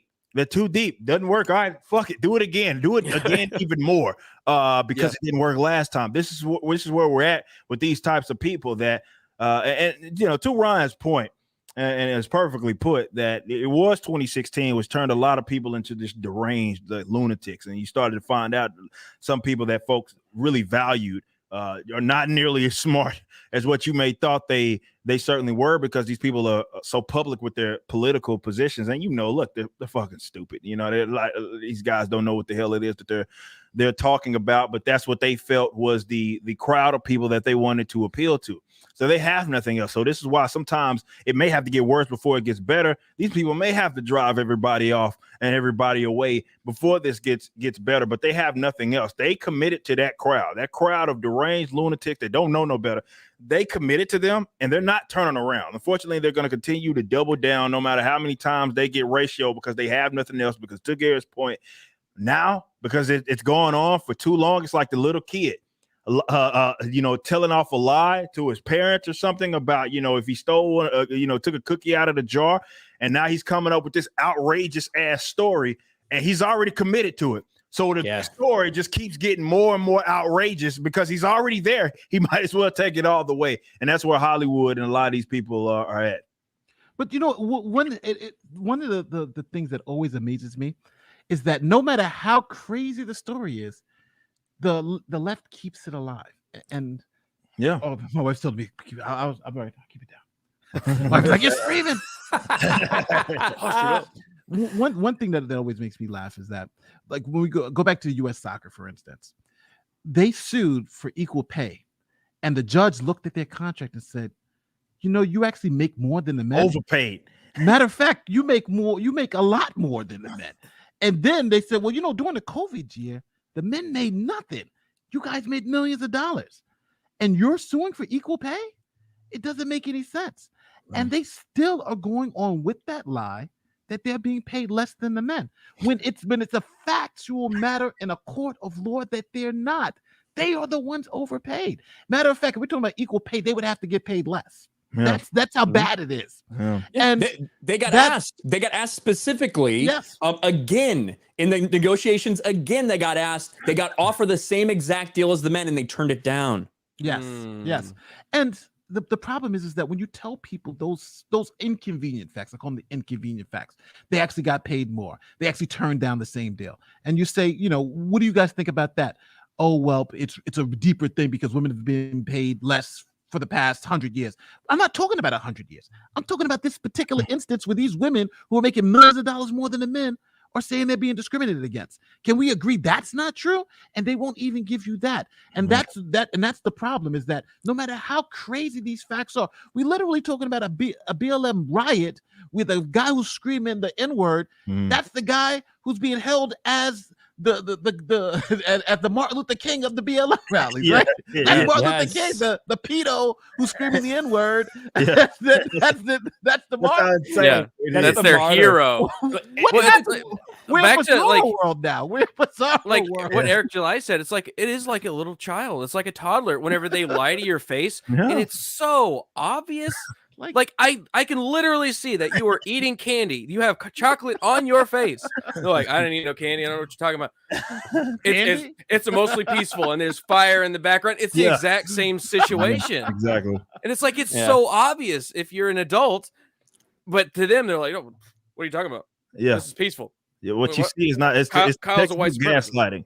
The textbook gaslighting, man. It's like by literal definition. You know what I mean? Or rather, as the logical fallacy that. Like, don't trust your own eyes is how it works. And that's what I guess irritates me the most about this all, is that, you know, you're presenting something that cannot be argued against. Like, it can be, but I mean, when I say it can't be argued against, like, you can't prove this to be incorrect because it's what is. It's not about what I want. It's not about what I'd rather happen or whether what is preferred. I'm just giving it to you as in terms of what is. And these people can't even accept what is, like, not what they want it to be, what is. And unfortunately, they've conflated it to. And this is why it's so difficult to have a conversation with those types of people. The people that you can present a fact, a literal fact, something as objective, and they still won't accept it. They still won't accept it. I guess Kyle Rittenhouse, this trial is showing us a lot of that, where people still walking out on the other side, despite that, not just that it's available, that it was presented to them, and they still turn around and look at that and they're like, nah, I don't want that to be true, so it doesn't exist. Yeah. And that's sad. We got to remind everybody, since we're talking Pedro Pascal, we got to remind everybody of that Pedro is a viewer of Geeks and Gamers. Yeah. He's encouraged us Pedro. before to stay on top of these stories. You know, when we talked about him calling half of the country Nazis, you know, he wants us to stay on top of it. He also likes the way that Jeremy says Pedro.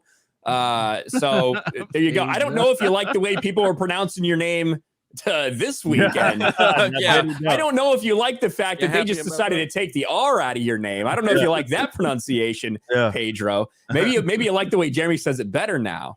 But God, what a fucking insufferable douchebag this guy is. But you guys were talking about COVID. Reminds me, Krista reminded me in the chat, Adam Krigler has actually got COVID right now. He's recovering from COVID. Right. So all best wishes to him. Feel better, man. I would say I'm worried, but it's COVID, so I'm not. I said I hope I get an invite to the funeral. Don't take ivermectin. If you do it, you'll be the horse dewormer. Not a horse dewormer. Whatever you do, they're gonna go full Joe Rogan on Adam Krigler. But no, seriously, I hope you feel better, man. He actually did say he feels really good, but he did test positive a few days ago. So our thoughts go out to Adam. PK13910 for $5. With the news reluctance to cover the Christmas parade massacre, if the perpetrator was named Graham Wellington, no, of course not. We talked about that. If he was a white person, if he was a Trump supporter, it would be literally nonstop news. But as it is, they've said instead they said a car plowed through, and they got the suspect, and nobody's mentioning his race, like they would in the event that he was. We were looking at it live on CNN, and they said he or she. Whenever the video was out, the suspect was in custody. We knew who his name was, his past already. He or she, we're not sure who. Hey, do you guys know why they held his name for so long? What is the purpose of the news? Why they held his name so long? They were trying to hold. They held it out for like a couple, like hours. Because I remember everybody couldn't look for it. You know why? This is my personal belief. Why I don't know. It's kind of conspiracy, but I think they held his name because they wanted to delete all of his social media accounts. I think they wanted to remove all of the BLM support. I think they wanted to remove all of the anti-white rhetoric. I think they wanted to remove all that shit and get his accounts down before they officially put it out there. That's just my But you thoughts because of what we've seen happen before. But I have no proof of that, really, just from what we've seen, what we witnessed. But I did want to point out, again, we all have to think about how the media is going to turn this into a white supremacist narrative. It didn't work out too well when they said that if Kyle was black, he wouldn't have been found not guilty, because literally an hour later, Andrew Coffey IV was found not guilty of murder and attempted murder due to self-defense. And now you have this. They said if Kyle was black, he would never even gotten to a trial. That's what Bubba Smollett said. Bubba Wallace. I call him Bubba Smollett so much I forget his actual name. Bubba Wallace, NASCAR driver, said he never would have made it to a trial. LeBron echoed those sentiments. Strange, isn't it, that this guy is wanted for massacring a Christmas parade less than an hour before. He killed more people than Kyle. In a very public and very disgusting way. He killed children. Raises his hands, complies, and is arrested without incident. Isn't that crazy? That's strange how that happens. He didn't get Jacob Blaked because he didn't Jacob Blake. He didn't get George Floyded because he didn't George Floyd. Like, so I don't know exactly how the twist one into white supremacy, but it's almost like the actions that you do have consequences. What? Yeah. What? Like, listen, what? Nobody likes having to deal with the cops. Nobody likes having to deal with police. No one ever wants to be in that position.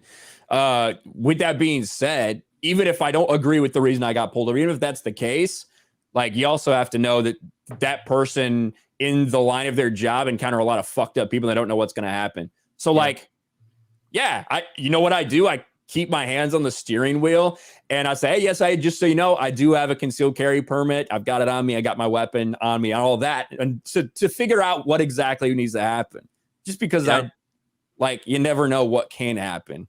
So,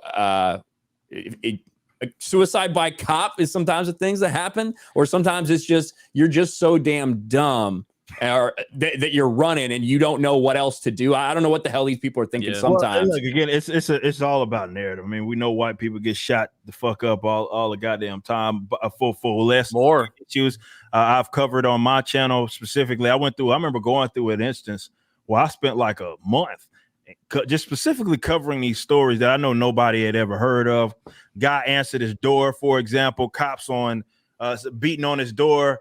They were on both sides of the peephole, so he couldn't see. He answers the door with his gun like I would have. They shot the motherfucker dead right in front of his house. Guy was white as shit. You know, you don't hear about those stories because they're inconvenient all the time. But you know, this goes back to what I was discussing earlier about the obsession with the disparity, and sometimes like we deal with, sometimes it's there, but sometimes it's like what we deal with the the women's soccer team. It's not even there. It's just a narrative that they unfortunately run with, and this is why, look, cut through the bullshit. Let's talk about what's right, what's just. The makeup of this person doesn't even matter when it pertains to what is right, what is wrong, and what is just. And if people focus more on that, even with this system that a lot of folks see that there's a lot of problems with, you could get to some actual solution. But as long as I won't even ally myself. I say this all the time. I would never even ally myself with people because like I bitch about police and then I see someone else bitch about the police. That don't mean we're bitching about them for the same exact reason. You know what I mean? Those are two completely different aspects. And often those people that are on that opposite side who may also think that there's an issue with policing in this country, they're coming just straight from disparity. And a lot of what they operate on is simply not even true. And that's because they don't care about what's right again or what's just. They don't care about fairness. They don't care about if there was some sort of property rights violation or anything like that. They are obsessed with who they think are the folks that are getting the short end of the stick. And so as long as they can point that out or think that they can point that out, that's what they'll advocate.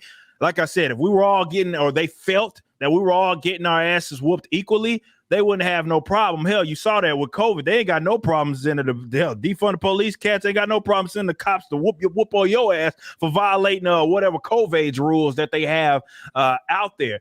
because more so it's about like they want to use it in their own general way, and that's the problem. Like these people aren't principled people, or rather maybe their principles are antithetical to what it is that they believe in. This is why I have this argument with libertarians all the time. My fellow libertarians all the time are watching who they ally themselves with, because just because you look at something and you say that's wrong and someone else says that is wrong does not mean that you think you both are on the same page and you think that it's wrong for the same exact reason. Yeah, absolutely.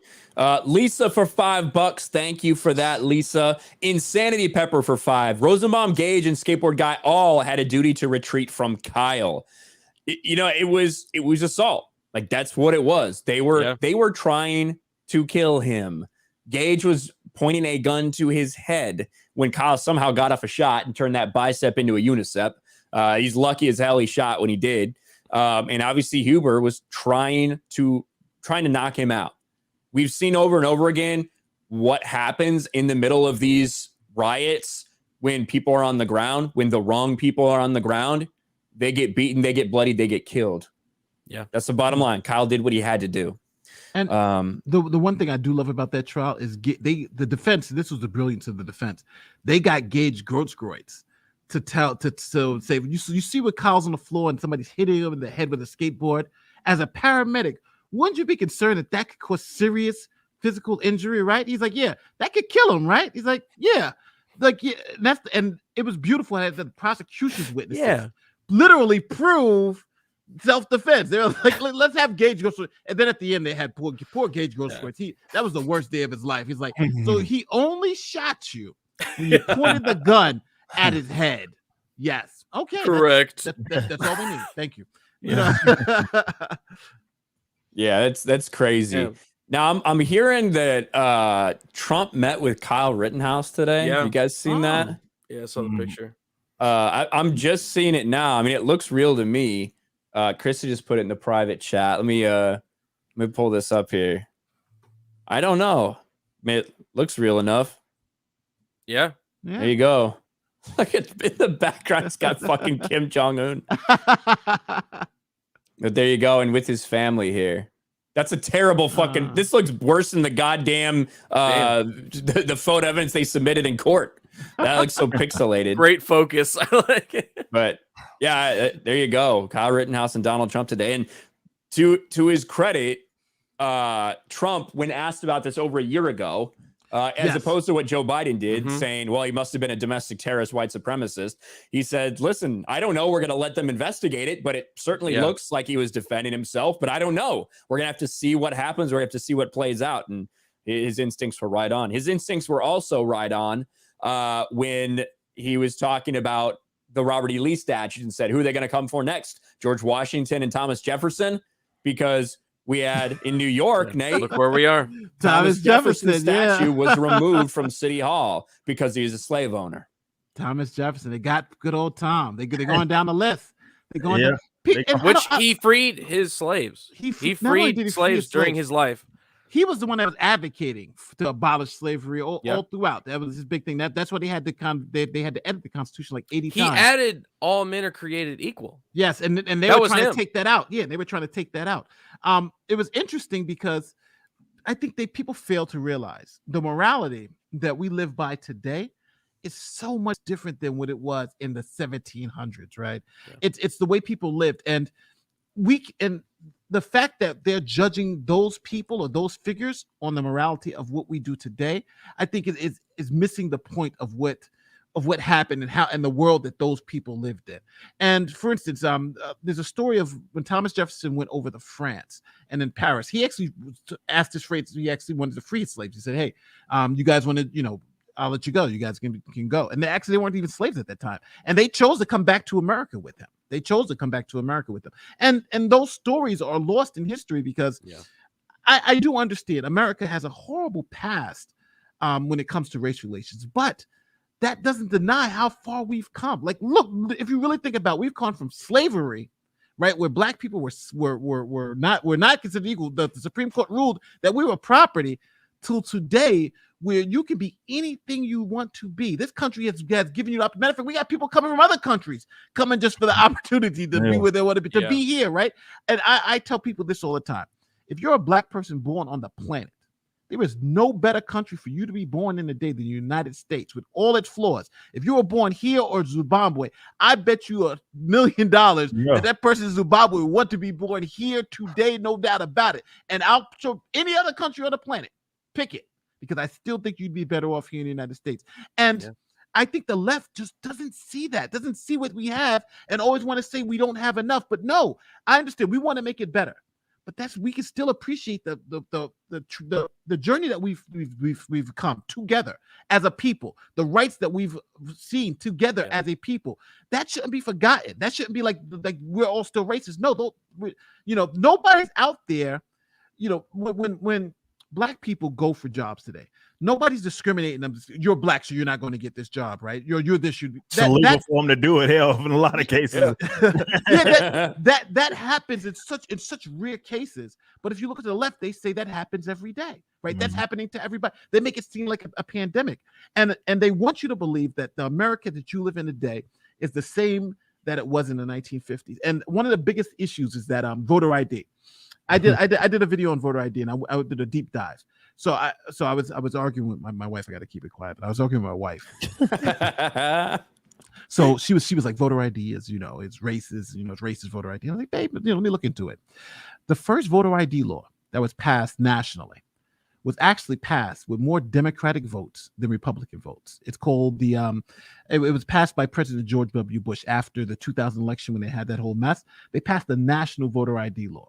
And most people don't know that this was passed. More Democrats voted for that law than Republicans. And the only two Democrats that voted against it, only two in the Senate voted against it, was Hillary Clinton and Chuck Schumer from New York. And there was reason why they voted against it, because New York had the most oppressive voting laws in the country.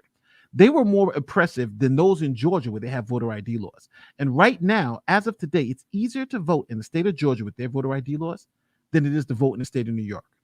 The ACLU has said that, but most people won't realize that because why? It doesn't fit the narrative. Right. It absolutely doesn't fit the narrative. But if you just do 2 seconds worth of research, you'll see it's easier to vote in Georgia with the voter ID laws than it is in New York. And another point about voter ID laws is that they found that actually when voter ID laws are instituted in places like Georgia and the South, it does the opposite effect of having more black people vote because they believe those laws are against them. So you know what they do? They get voter ID laws and run to the polls and vote. So it has the opposite effect than what it does. That's why you have 2 Democrats in the Senate from Georgia, because they passed those voter ID laws. People thought it was wrong, and they went and guess what they did? They got their lazy asses up, went and got IDs and voted, right? And voted in mass.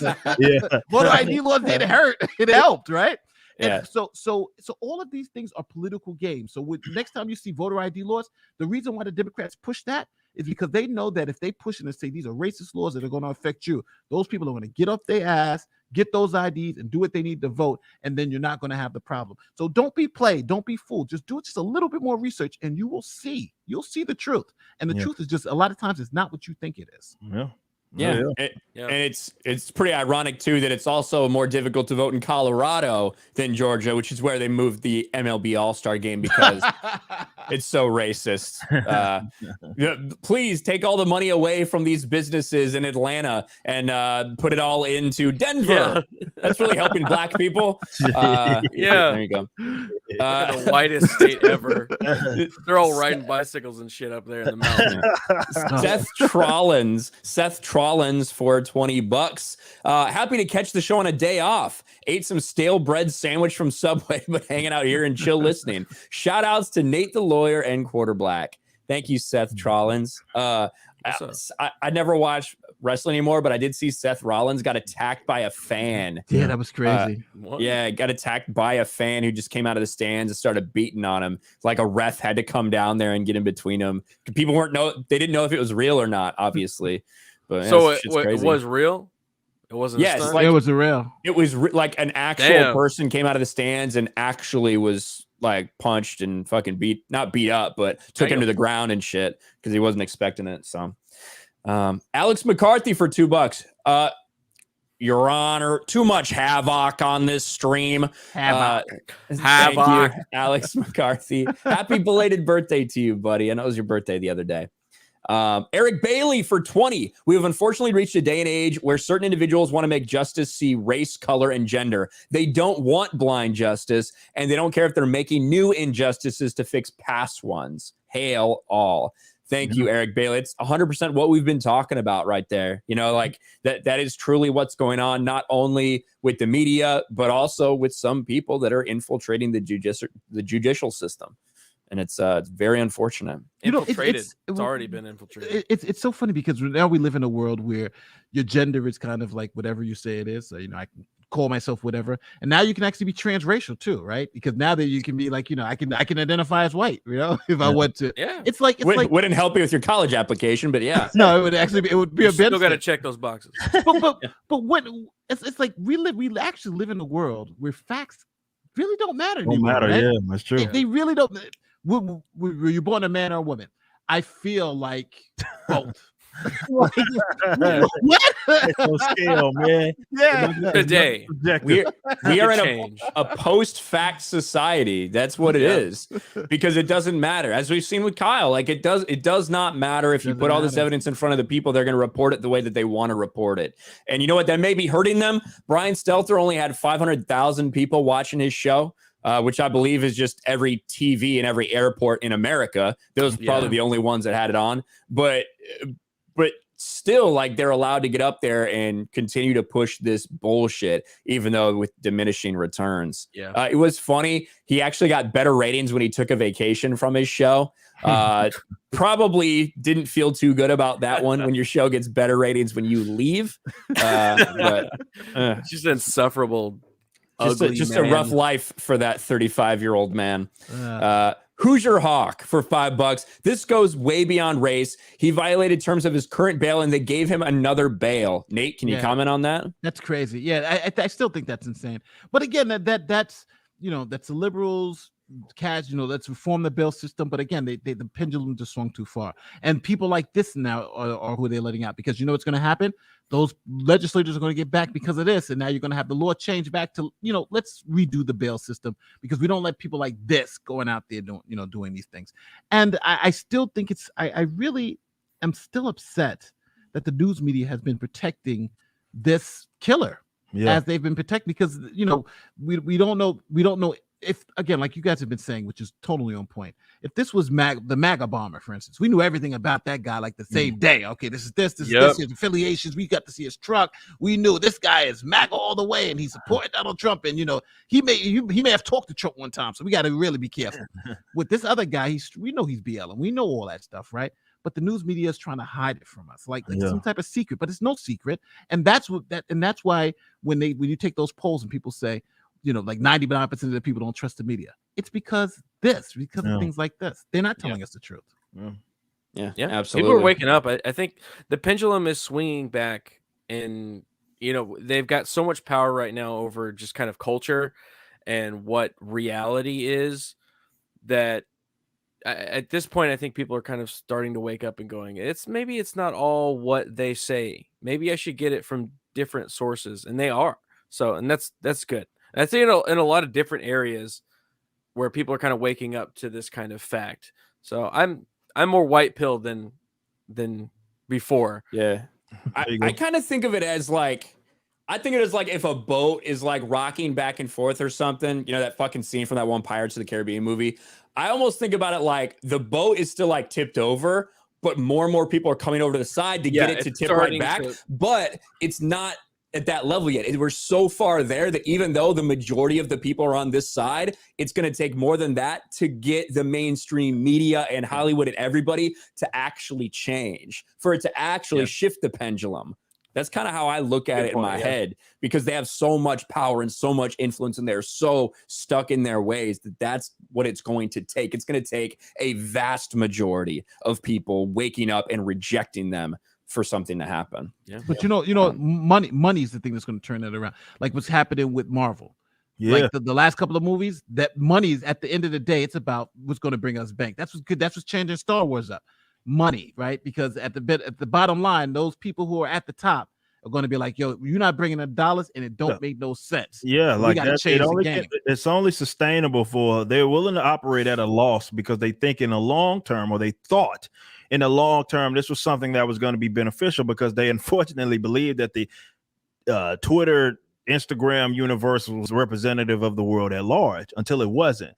So, you know, people start answering, you know, they may they'll continue to double down, but at some point, definitely when we look at like what we're doing with the comic book stuff and these competitors kind of start coming up, and you see people like, again, we just talked about what happened with Nick Rekieta and their stream. People, these alternatives to them are starting to pop up because they're being allowed to, because at least more so folks are just wanting something else. They're realizing something isn't right. Now that doesn't mean that you're going to immediately topple fucking Disney. That's not what we're saying, but the pendulum can start to slowly swing back, and they're going to have one or two options: change or fucking go down. Like that's just what's going to end up happen. It's either so, and some of them are going to ride that damn thing all the way to the bottom of the ocean, and I say let them. But you know, there'll be others who are going to try to see the right. I say don't forget the names, but they'll try to see the writing on the wall, and they'll be like, oh wow, this maybe isn't the more lucrative position anymore, and they'll try to pretend like they were always on the opposite side. You'll see some of these celebrities start doing that once their seats start getting hot.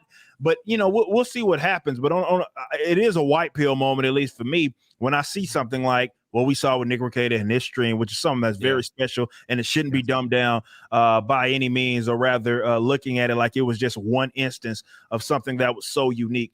It's unique, but it's unique for a good reason, and it's propping up in the way that it is because people are looking and they're wanting something different from what they got before. The control corporate press can't just have monopoly on the information anymore, and that's why they're fucking terrified. Yeah. Hell yeah. And we got a friend of the channel here, Lofty Pixels, for $50. Mark Ruffalo is embarrassing us in front of the wizard.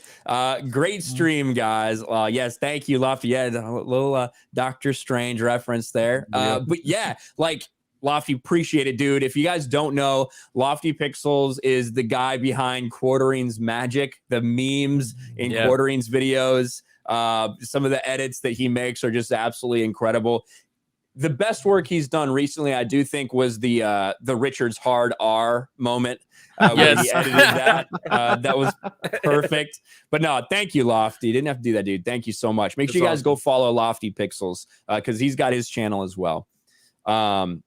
Thank you, buddy, for being here. D-Day Direwolf for $2 says beep. Krista, do you have anything to say to that? Beep. There you go. Thank you, Krista. And I do got to give a big shout out to Krista because she's been doing a lot of stuff behind the scenes throughout this entire stream. I know everybody wants to hear her talk. Sometimes it's not a woman's best skill. Sometimes it's, organizing. So that's no, but Krista's doing a fucking awesome job with Tuesday night's main event and everything that we're building here. Thank Eric, you, Ryan. You're welcome. Eric K for $5. Quarter Black, shut up. You do not know gas prices until you've seen California gas prices. I will say, I don't live in the hellhole that is California, so I will, I'll bow to your knowledge.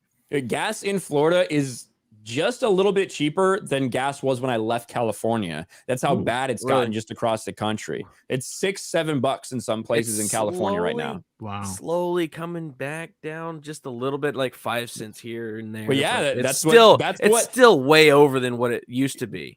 Garrett, the like 5 or 6 cents is effectively what Biden did with the 50 million barrels of crude oil. Like that's effectively what that is. He pumps it up like 80 cents and then it comes down like 5. And you're like, oh, look at what I did for you. That's what they did with Thanksgiving last year, remember? It was what I forget what everything. That was 4th of July. It was 4th of July. Yeah, they were talking about like hot dogs and shit.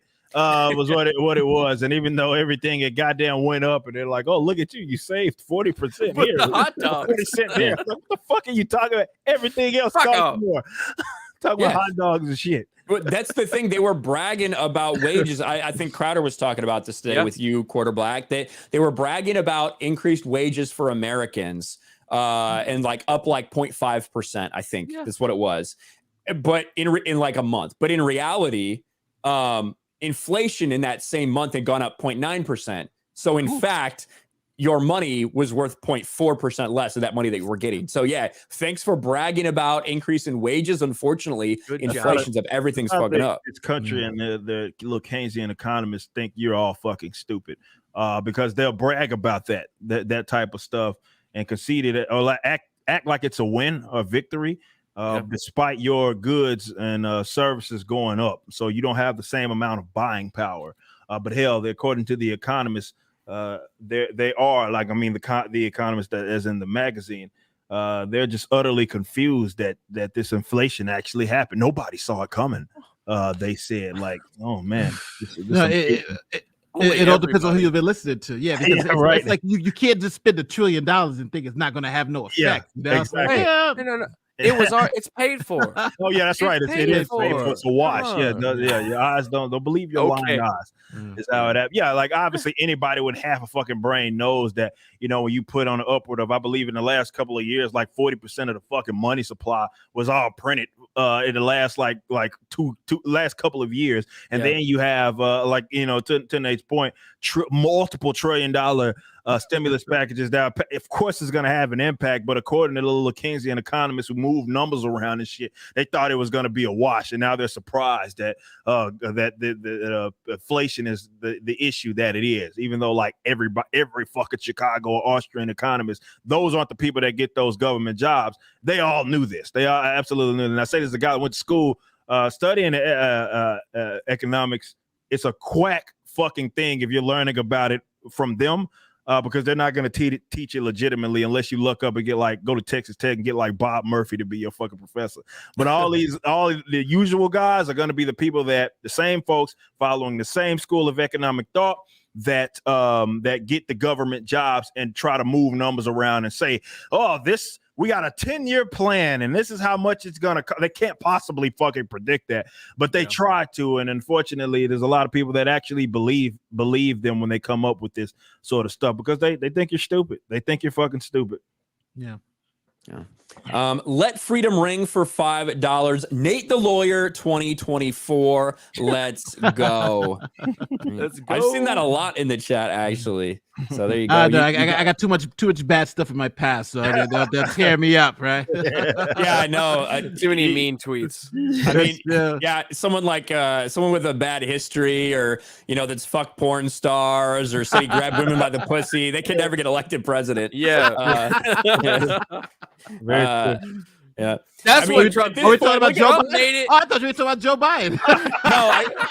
No, I would have said Trump made it so everybody else could do it. Yeah. If you were talking about Joe Biden, I would have said took inappropriate showers with his daughter and had a crackhead son that got him a bunch of millions of dollars from foreign entities. Yeah. So did you don't know about Joe Biden's he plagiarized his law school and all that? Oh yeah, Joe Biden has like a horrible history. Yeah, that's what torpedoed his run for president in like '88 or something, right? Yeah. He conceded, and that's exactly what he was referring to. Exactly that, the plagiarism shit.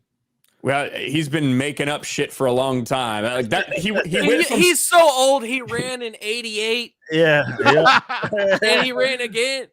He went from 30 years later. He went from stealing people's stories to just fucking making them up. That's what's happening now. Richard E. Normus for $5. For what it's worth, this trial made me take a serious red pill on the actions of police, prosecutors, and the justice system. And I agree. And I mentioned it before the stream, Nate. You would think that a lot of these people who have been, talking about police reform and talking about prosecutorial misconduct, specifically, they're making it very racially motivated when you hear a lot of those things from the certain side. But you would think that with this happening in front of everyone's eyes, they're like, look, this is like the most high profile case. It's literally being televised. Everyone sees what's going on. And you still have detectives lying. You have prosecutors manipulating evidence and lying. And you would think they would look for some allies or for some common ground there, but they can't see past their biases. Yeah, because they don't want to, right? They want Binger to do what Binger does, because Binger is someone who's all in. He's all in to push the narrative, and he'll do it by hook and by crook. And it was honestly astonishing to see the lengths that they would go, because as a prosecutor, I remember being in that office, and that was the first thing they told you. Number one, we're not looking for convictions. They're like, if you come here to have a high conviction rate, you're in the wrong business. We're looking for justice, right? And as a representative of the people also includes the defendant, right? You're saying the defendant did something wrong, but you have to represent him because you're seeking justice for him too. And if it's just to let him go, that's what you're supposed to do. And I think if you think about it, it's so important. It's even in the ethical code for lawyers that if you're a prosecutor, you seek justice, you don't seek convictions. And I think these prosecutors forgot that special part of that code, that they should have still, if you sought justice in the Kyle Rittenhouse case, he would have never been charged, he would have never been prosecuted, but they didn't. And then to see them violate his constitutional rights, we saw that. Really think about that. We saw live and in person the prosecutor, a state prosecutor, violate his rights, not once, but twice. The judge even had to say, "You crossed the line, buddy." Yeah. That's astonishing. But you know what? They won't be reprimanded. They're gonna just like legal's pat in the back. Good job. Good. You tried to get him, and he shouldn't have been there. He crossed state lines, right? He crossed state lines. God damn it. It's like, what? And it's all gonna be wiped away so he can do it to somebody else. But again, that's what's scary. Yeah. Yes. Well, a lot of people were saying, like, is he gonna be fired? How his career's going in the dump? No. I don't think so.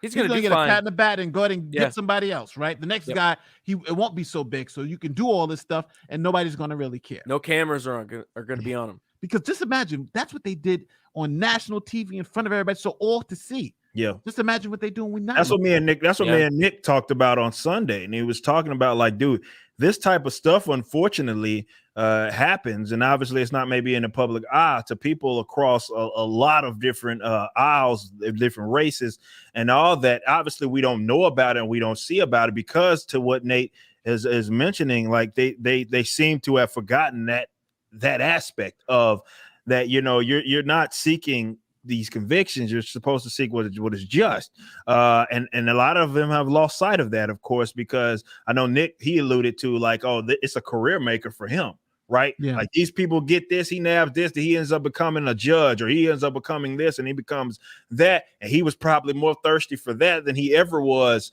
any sort of like seeking what was just or what was righteous. And that's what's scary. So you see people get railroaded. People are caught up in systems right now to get railroaded, and you might not know about it. You might not ever know about it. Thankfully, this was filmed for everybody to see. And I guess that's the part that sucks, is that, we know that he did some crooked stuff, and he's gonna get away with it. He's like the Fauci of I guess prosecutors. Prosecutors, man. He's gonna get away with it. Well, and I think I heard actually a lot of people who said that this case changed their mind about the death penalty. Yeah. And I think that's true. Like, so many of these cases, we don't see what goes on. Yep. And the fact that ultimately could be the repercussion from something as insidious as what we just saw it's changed a lot of people's minds. And it's a great thing that you guys are doing, that you did, Nate, that you've been covering the Arbery trial as well. And I want to get into that a little bit.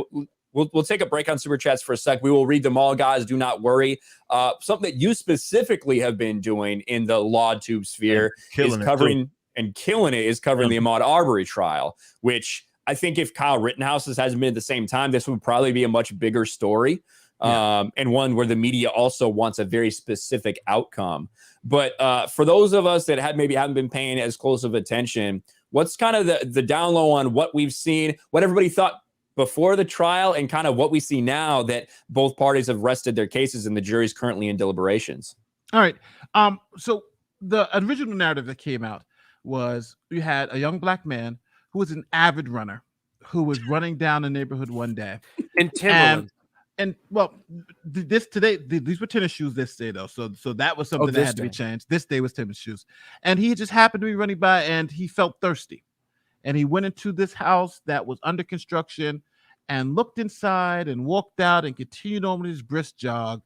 And, two good old boys jumped in their pickup truck and said, "Let's go grab us up one today, right? We're going to get one today." And they chased this man down, and the neighbor came and he chased him down and murdered him, right? It was murdered him as a trophy on the wall. They murdered him, and it was a big cover-up. And that's essentially what was the news narrative there, right? He was an average jogger. So now we got the trial. What came out in trial? Well, what came out in trial is that Ahmaud Arbery, unfortunately, there was no evidence that he ever jogged in that neighborhood. There was absolutely no evidence that he ever jogged. This was brought out in trial. They couldn't even call him a jogger because there was no evidence that he ever jogged. So that was one thing. So he was never a jogger. What we did find out was that Ahmaud Arbery wasn't this good person that we were led to believe, but he was a neighborhood prowler. He was somebody who was going into people's homes. He was somebody who people were afraid of. He was terrorizing this neighborhood. People, they had been caught on multiple cameras. In this house that we're talking about specifically, he had been caught in that house 4 specific times. And on one day particularly, the police were called. And the police believed that Arbery was armed, so they actually went into the house searching for him armed. And they had the McMichaels also arm themselves and help them search this property. So the police were actually searching the property armed with the McMichaels and some other neighbors for Ahmaud Arbery, which is crazy. That's kind of crazy. It is like crazy. In my mind, for like maybe that's something that does happen, but for the cops to be like, "Hey, grab your shotgun, let's go clear this house." Yeah, that's crazy to me that law enforcement officers would do that. But. Yeah, but they testified. That's what we did. But what this case is essentially going to come down to is whether because no one is denying that Arbery was a serial trespasser at the least, but a burglar at the most. Nobody's denying that. But Georgia's self-defense law is very unique, and it's unique in this way. If you see somebody, if you don't arrest the person in the moment when they commit the crime, then your ability to arrest them in the future is extinguished. And the reason is that, let's say, for instance, on February 11th, when the McMichaels saw Arbery in the house and allegedly commit this burglary. Let's say the next day he was caught by the police and he pled out and he was on probation. And then the McMichaels see him, maybe the next month, and they arrest him. They try to conduct a citizen's arrest. Well, they would be wrong, right? Because he's already pled out. The case is already over, and they're arresting him for something that he committed 11 days ago. So Georgia law doesn't allow you to do that. So the McMichaels' whole defense was, well, we saw him on February 11th, and we are arresting him on February 23rd for those crimes he committed in the past. Georgia's citizens arrest law, as the judges, it became a big issue with the judge, and the judge said, okay, you cannot do that. The law does not allow you to arrest somebody on February 23rd for a crime they committed on February 11th. So since that's the case, then they did not conduct a lawful citizen's arrest. And since they weren't conducting a lawful citizen's arrest, that becomes a false imprisonment. And that false imprisonment led to his death, which gives you felony murder. That's what we're looking at here. And that's just as illegal. So now the jury has the case, and there may be some issues, because right now the jury, yesterday, I think at 6:00, the jury wanted to go home, but then they said, well, we think we're close to a verdict. So they worked a little bit more, but then like 20 minutes later, they came out and was like, all right, we're going to go home for the night and we'll come back tomorrow. So I'm assuming we're going to have a verdict tomorrow, because Thanksgiving's Thursday. And, and this case seems to be pretty clear cut, but, juries are weird.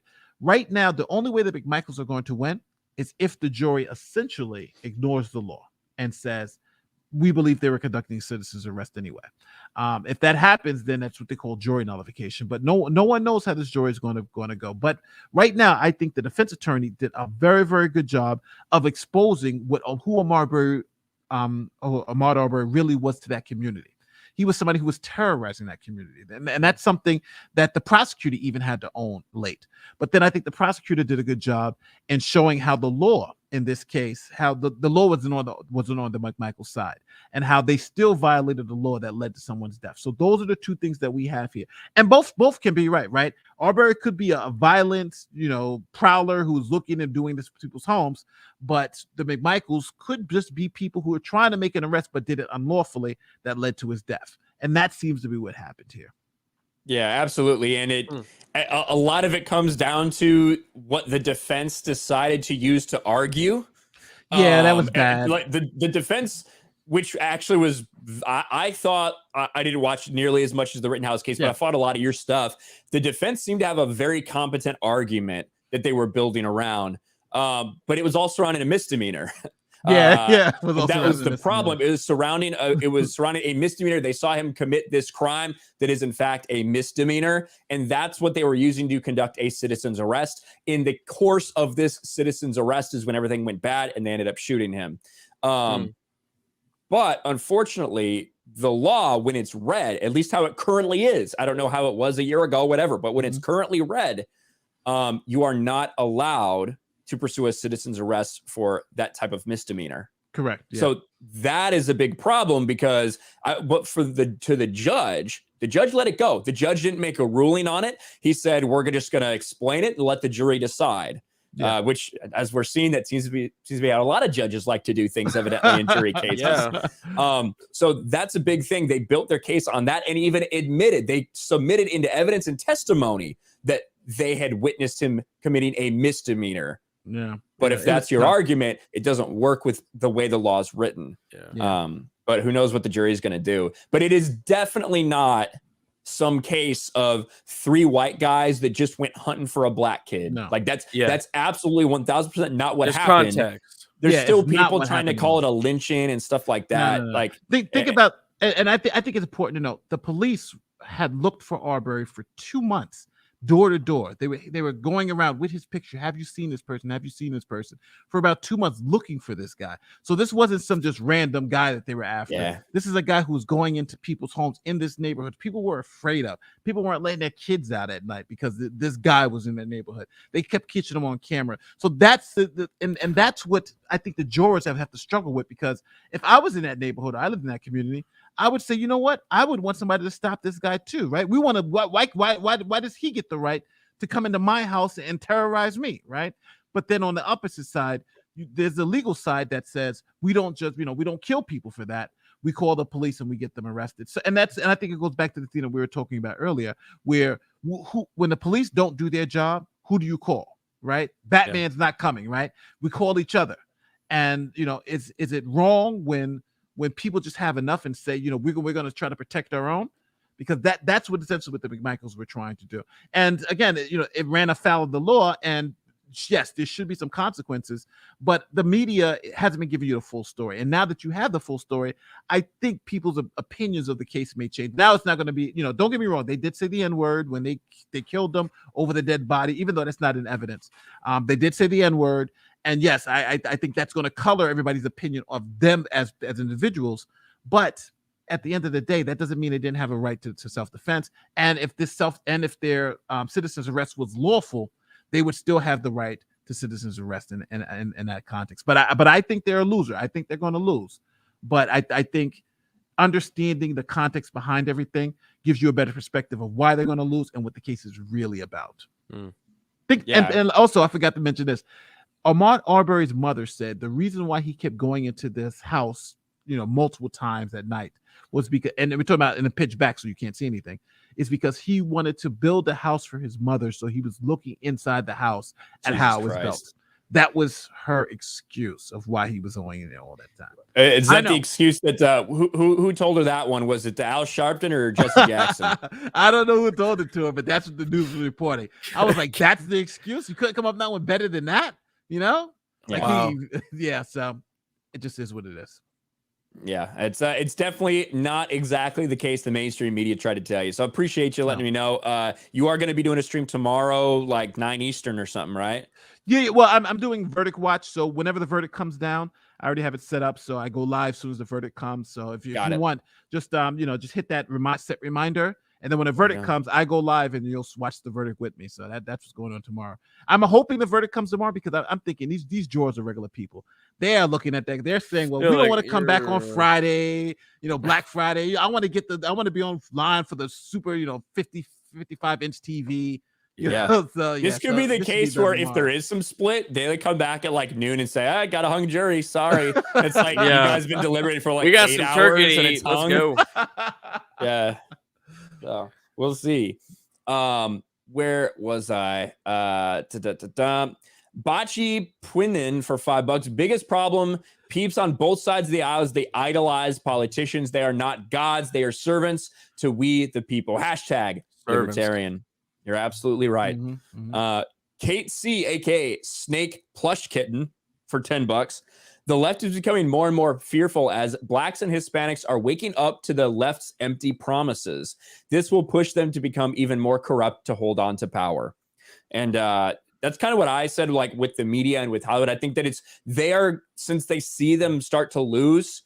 As Leia said, the tighter you grasp your fist, the more systems will slip through your fingers. I think that's what we're seeing happening. They're desperately trying to cling on to that power, and they are going to get worse and worse. And by doing so, drive more and more people to sanity and the sane side of things until they eventually lose.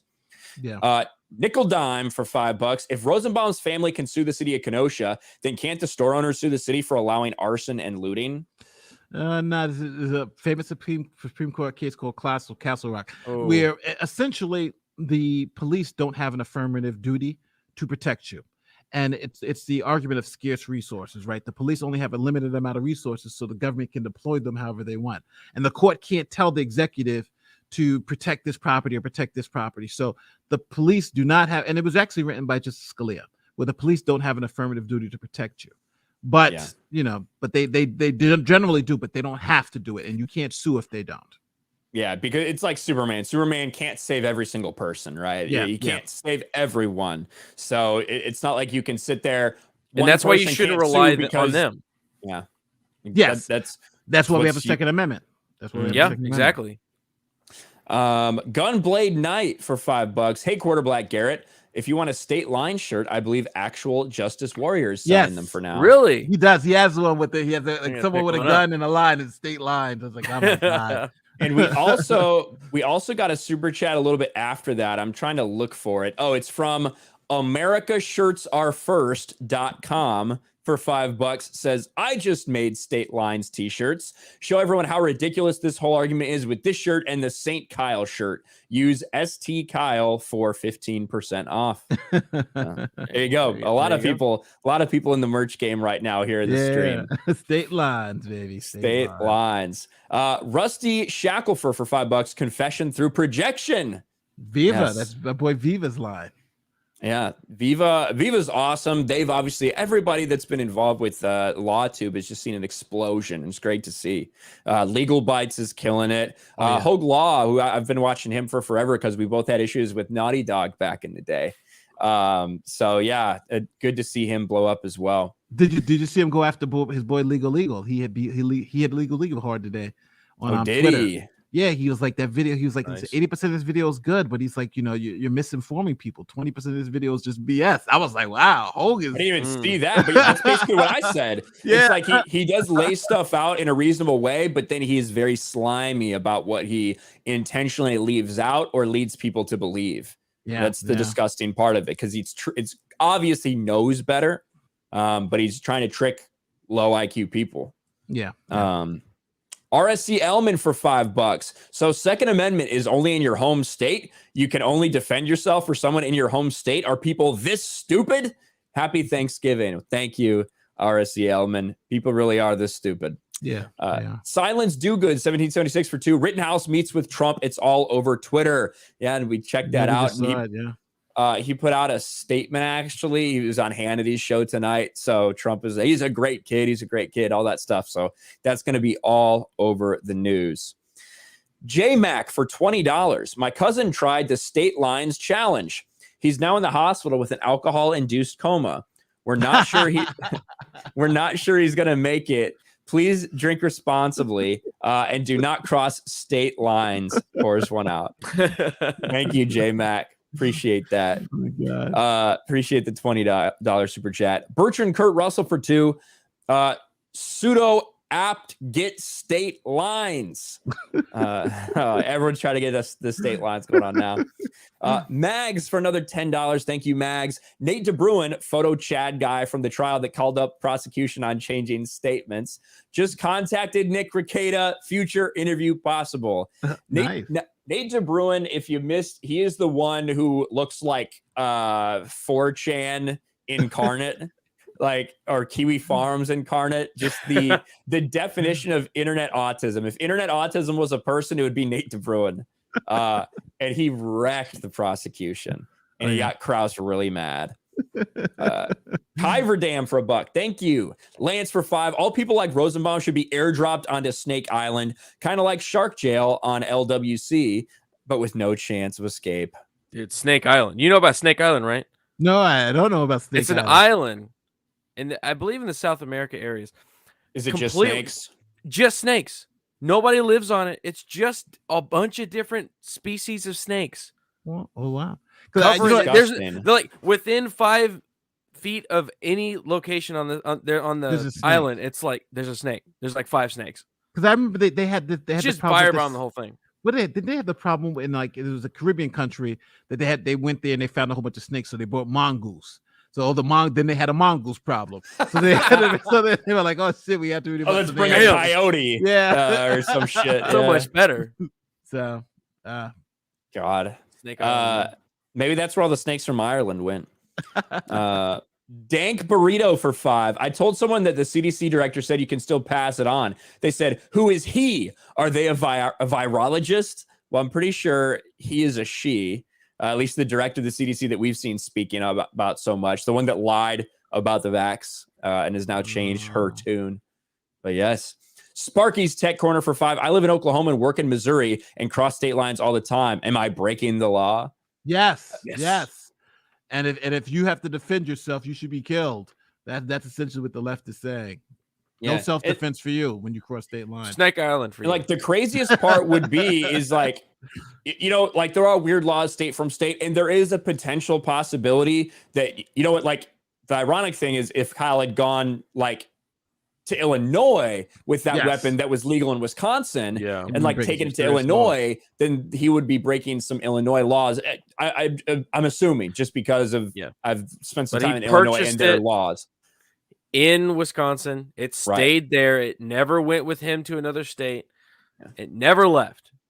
But that's but why there definitely could realistically be cases where, and I think there was actually there was a woman who there was a woman who I don't think she had realized she had crossed into like New York or something like that. She'd gone from like Jersey to New York or something weird like that, but she didn't realize it, and she had a weapon, and it was not legal in that state, and they arrested her. So like that shit like that can happen, but it doesn't apply here. Yeah, that actually happened in a friend of mine was running a case like that when I was at the Legal Aid Society. I used to work at right after law school. I worked at the Legal Aid Society, doing homeless. So for people who were getting kicked out of their homes, we were doing just free legal services, trying to get them back in their homes. But what happens is that a father had traveled from Georgia, and his son was going to NYU, and when he was traveling up in Georgia, he had a license. He was a military guy. And he always carried his weapon with him. He comes across New York, and I forgot where he went. He was going to, I think, the 9/11 museum or something. He was going somewhere, and they had a sign up that said "No guns." So this guy goes and says, so he goes to the precinct and he says, "Hey, listen, I have this gun. It says no guns. I want to go. He can just hold my gun while I go." So they arrest him, right? He's got an illegal gun. They arrest him. So he goes to court. And my friend, he put a motion in to say, this is in the interest of justice. They should drop this because there's no way that this guy was trying to break the law. There was no way that this guy was just coming to see his son and did the right thing. He went, he saw the sign and gave up his gun and just got arrested. And the court dismissed this case and sent this man home and said it was unjust for them to prosecute him like this because this was obviously a mistake. This 60-year-old man was going to do it his son, and he wasn't going to stay in the city. And for doing the right thing, they're not going to prosecute him, and they dismissed this case. So it does happen, but there are good outcomes because just because people are arrested doesn't mean it's always a bad outcome. And this time it was a good outcome. But now that guy knows he's not bringing that guy back to New York ever again. But yeah, and people are correcting me in the chat. It was someone went from Pennsylvania to New Jersey and didn't realize they had crossed state lines. That's the case. So that was that case that we were talking about. Input latency for $5. Hail ye geeks and gamers. I just got here a bit ago. Did you talk about Kyle saying he supports Black Lives Matter? Just naivete or what you think? Yeah, I think that it has to do with the person who's handling things behind the scene for him, this money guy. I forget the name of him, but I know Robert Barnes has talked about him several times on Nick's streams and on him and Viva's streams and stuff. There's someone who is trying to make a lot of decisions about what's going on. And I think he wanted Kyle to do that because he thinks it's the right thing or something. I think it's a terrible idea personally, but whatever. It doesn't change my opinion about Kyle Rittenhouse and his guilt or innocence. Yeah. Him saying that he supports Black Lives Matter. Yeah. Yeah. G-Man for 5. He crossed state lines will turn into he crossed county lines will turn into he left his home. This won't stop until the Second Amendment is gone. You're right, Yeah. G-Man. Probably You're right. Wolverine for $5. Reese Witherspoon is a shithead. Yes. Yeah. Bertrand Kurt Russell for 2. State lines, though. Yeah, they're trying to get us to fucking get hammered right here. Josh Lurch for $5. Their ideology is their religion. They don't see it as going forward. They see it as supporting their beliefs. Yeah. Point. Duncan McCockner for $10. So when a psycho nut job comes from my cheek meat, I'm not supposed to defend myself? Thanks, Hollyweird. Hollywood would love it if no one fought back. What did the prosecutor say? Everybody takes a beating sometimes, right? Everybody takes a beating sometimes. That was ridiculous, Coward. right? That was Called him a coward.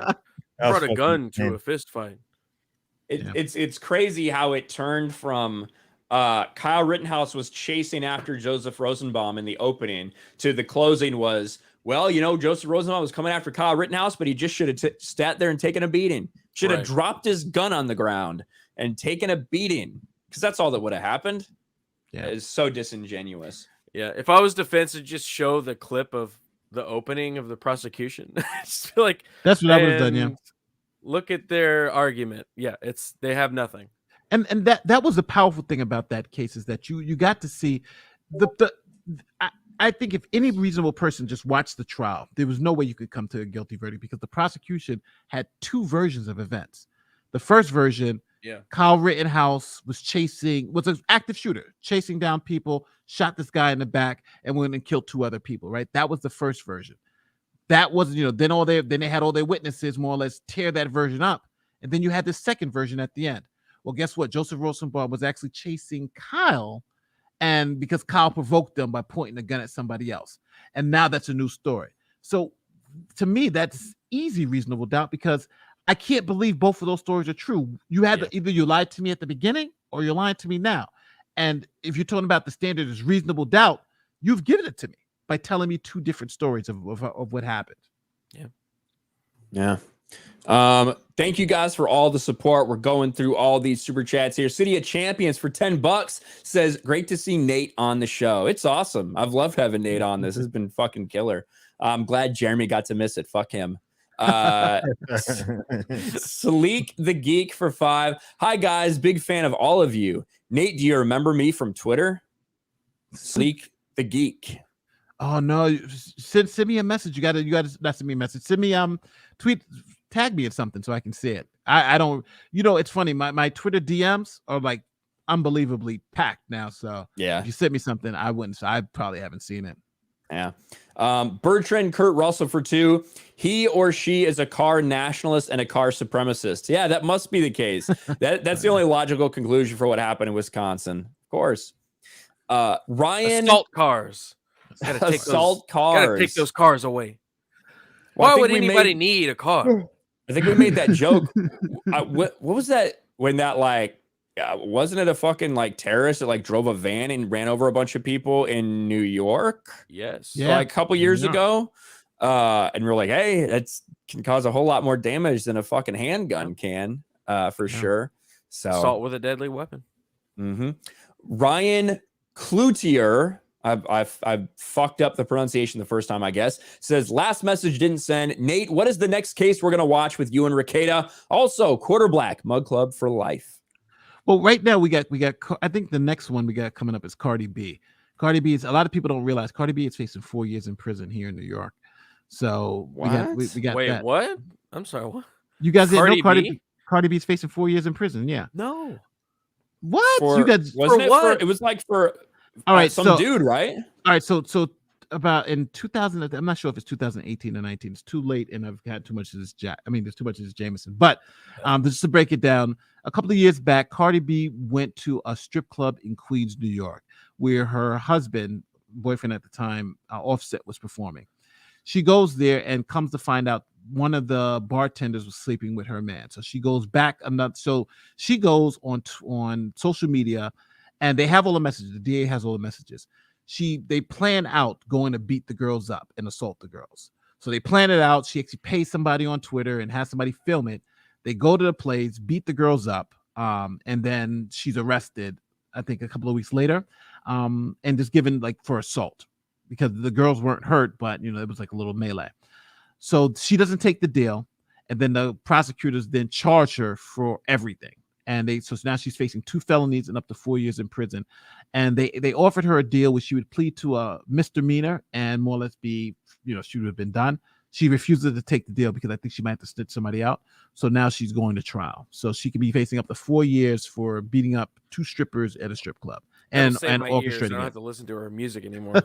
What a fucking crazy story, dude. That's nuts. But even under indictment, right? Even under indictment for attacking 2 women, right, and orchestrating it and paying and even with all the evidence they got and in public, she's hosting the American Music Awards. Yeah, that's right. That's would that happen to anybody that's Hollywood else? for you? Does that happen to anybody else? Yeah. Kevin Hart said like one bad joke about gay people or some shit, and he got fucking canceled from the Oscars. But shit, she's under indictment for beating up 2 women and orchestrating and paying people off to beat her, and she's hosting the American Music Awards. That's the world we live in. That's the world we live in. And interviewing Joe Biden, right? And interviewing Joe Biden. Yeah. So Joe, oh my God, yeah, you're right. Forgot about that. Jesus Christ. Wasn't she one of the ones that was like bragging about basically raping a dude one time? Yeah. Him. I actually have that clip. But yeah, she was bragging about back in the day when she was a stripper. She used to take them to the hotel, rob them, and then drug them so she can rob them. But again, that's Bill Cosby type stuff. But it doesn't matter. Okay it doesn't matter. Woman does. Just goes to show, man. Like, just depends on what. It's not even the side of the aisle. It's just like under what circumstances where people allow a lot of shit, and they'll be fake mad in the event that it's, I guess, someone that they think is bad, or maybe even their political enemy doing something. But you can have someone that's flat out admit to doing some really fucked up shit. Yeah. And it's like, do you get rewarded for that? It's just really impressive. That's impressive. Yeah. Unpopular movie reviews for $5 says, Ryan, can you forward this $5 to the Cardi B Legal Defense Fund? I'll see. We'll see how it goes. Thank you. Unpopular movie reviews. And I think one case that a lot of people are going to be paying attention to is the Ghislaine Maxwell case, but that is not televised like all federal cases. Yeah. So won't be able to watch that one, but I know everyone's going to be covering it. Not a doubt. That starts November 29th, I believe. We'll see if she lasts that long. Just saying. Might as well get the shirt. Might as well get the shirts ready now. Ghislaine Maxwell didn't kill herself. Yeah. Oh yeah, here it is. Let me play it. Here it is.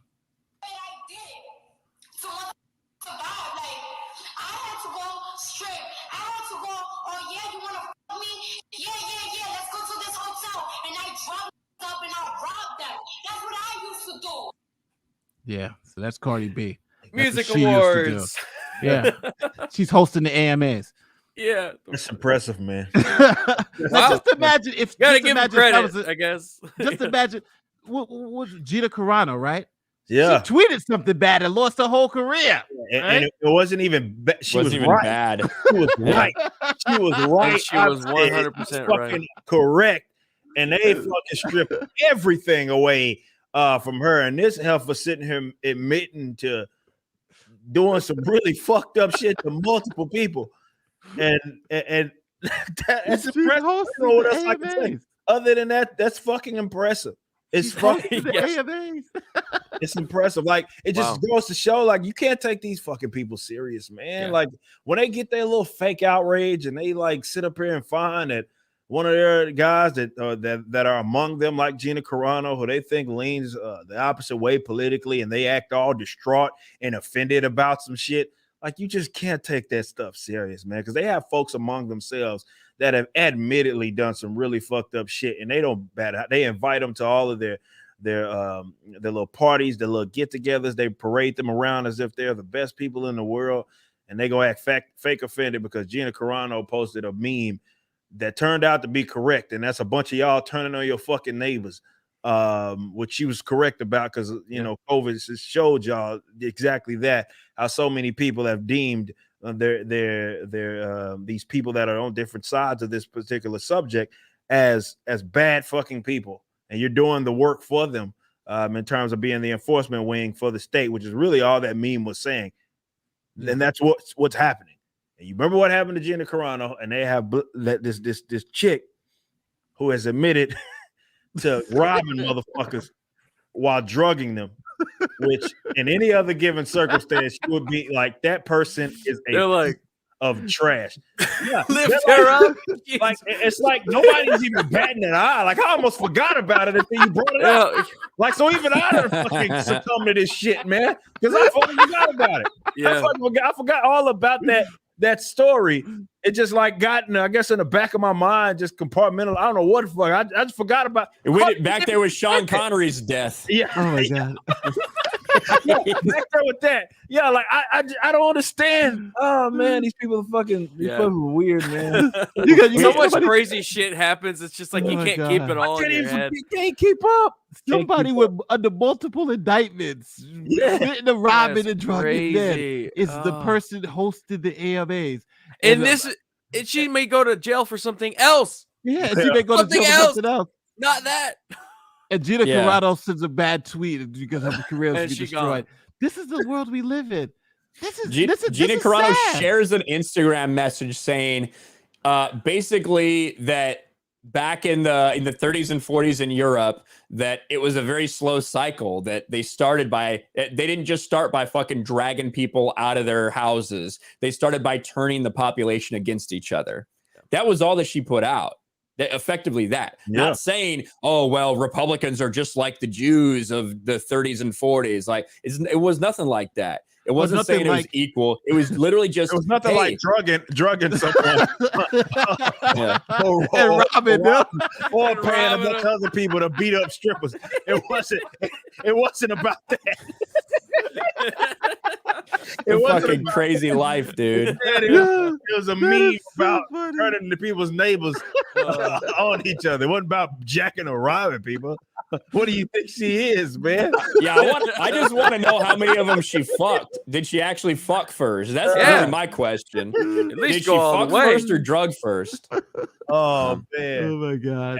And of course, none of those probably get reported because the last dude you want to fucking be is fucking having to go to the fucking police office. Like, man, I got fucking drugged by this fucking chick, this stripper chick, and I thought I was gonna smash. I believed. Yes, I was paying a woman to fuck her. I was soliciting a female for prostitution, and she drugged and robbed me. Can I report this crime? Yeah, sure. Here's your fucking arrest warrant too. Oh my god!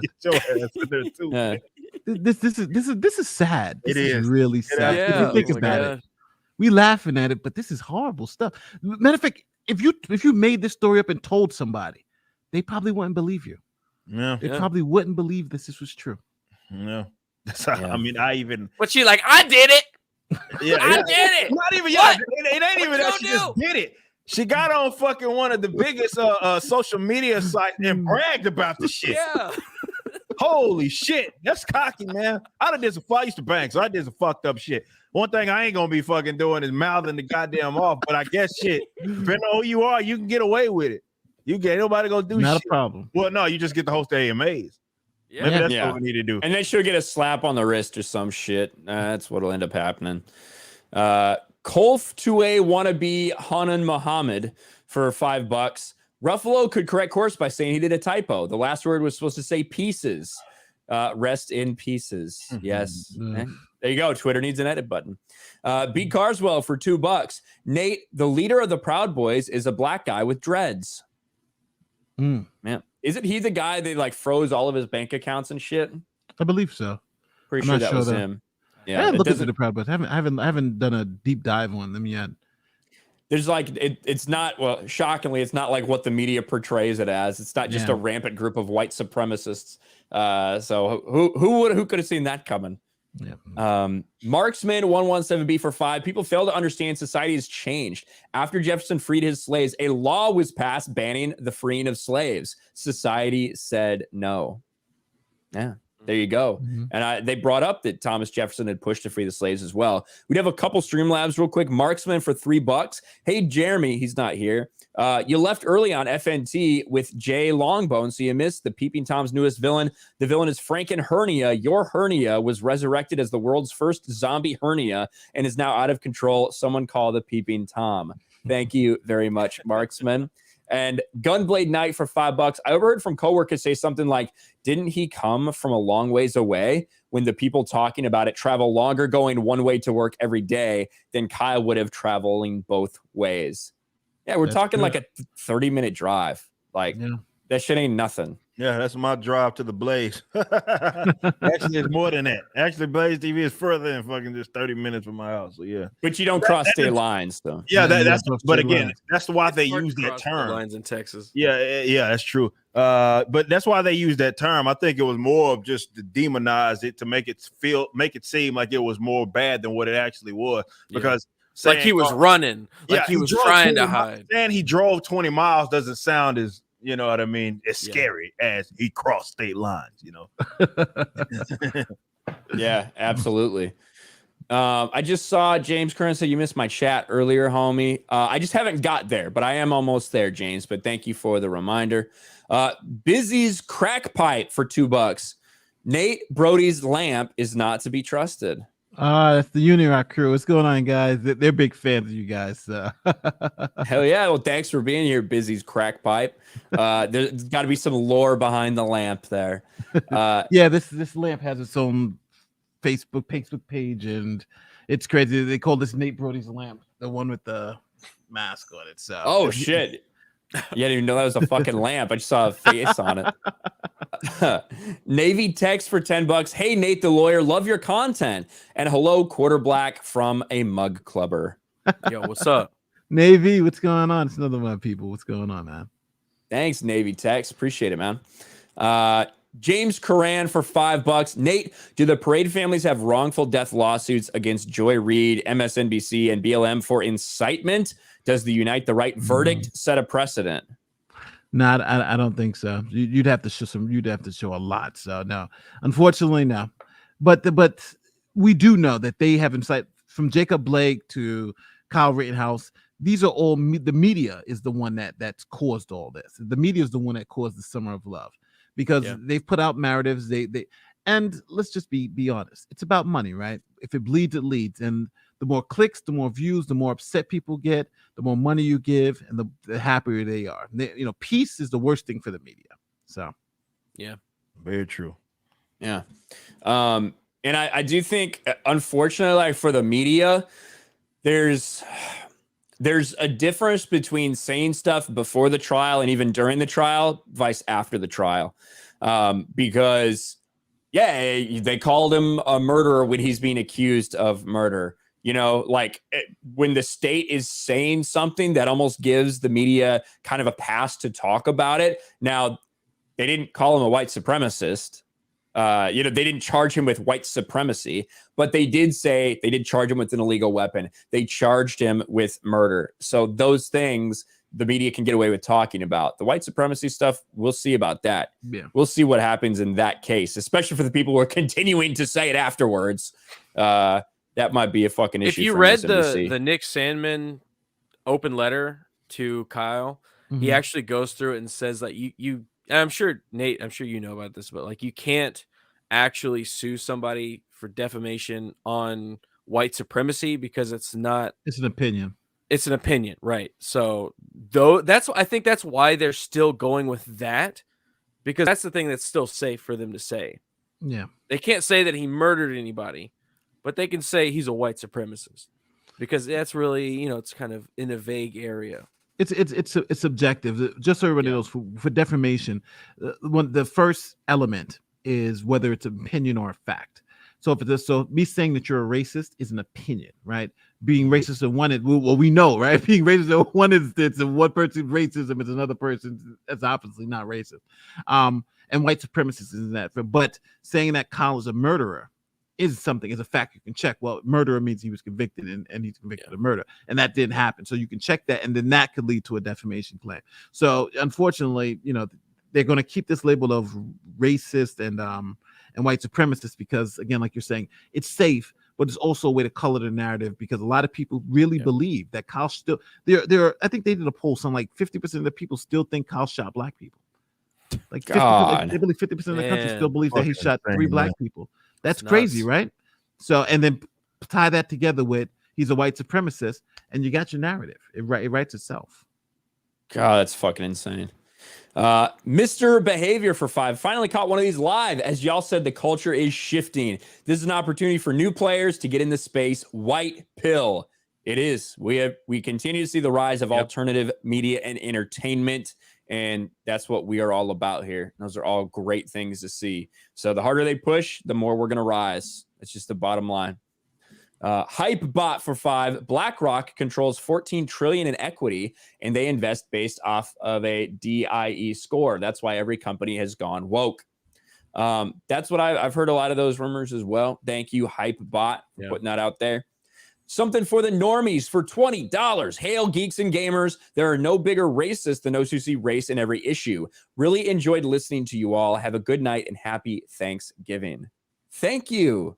Thank you, something for the normies. Happy Thanksgiving to everybody out there. We're fucking only 2 days away. That's insane. Yeah. Blue-eyed Roof Korean the base for $2. Nate the lawyer on G&G. My world is getting smaller. We have the epic crossovers. We like them. We love them. FBI Glow Boy or FBI Glow Boyle, sorry, for $10 says, Nate, what's Rittenhouse's prospects with the defamation suits? It's going to be tough. He's a public figure, but he's what they call a compulsory public figure, right? It's not like he thrust himself. He didn't choose himself. Yeah. So by compulsion, and what that means is that actual malice is going to be something extremely hard because even if somebody does see something that's false, you got to kind of prove that they knew it was false. So for instance, like in the election cases with Dominion voting, before they can sue Rudy Giuliani, they had to send him letters and stuff to show that, okay, these are the statements you're saying it's false, and this is why it's false.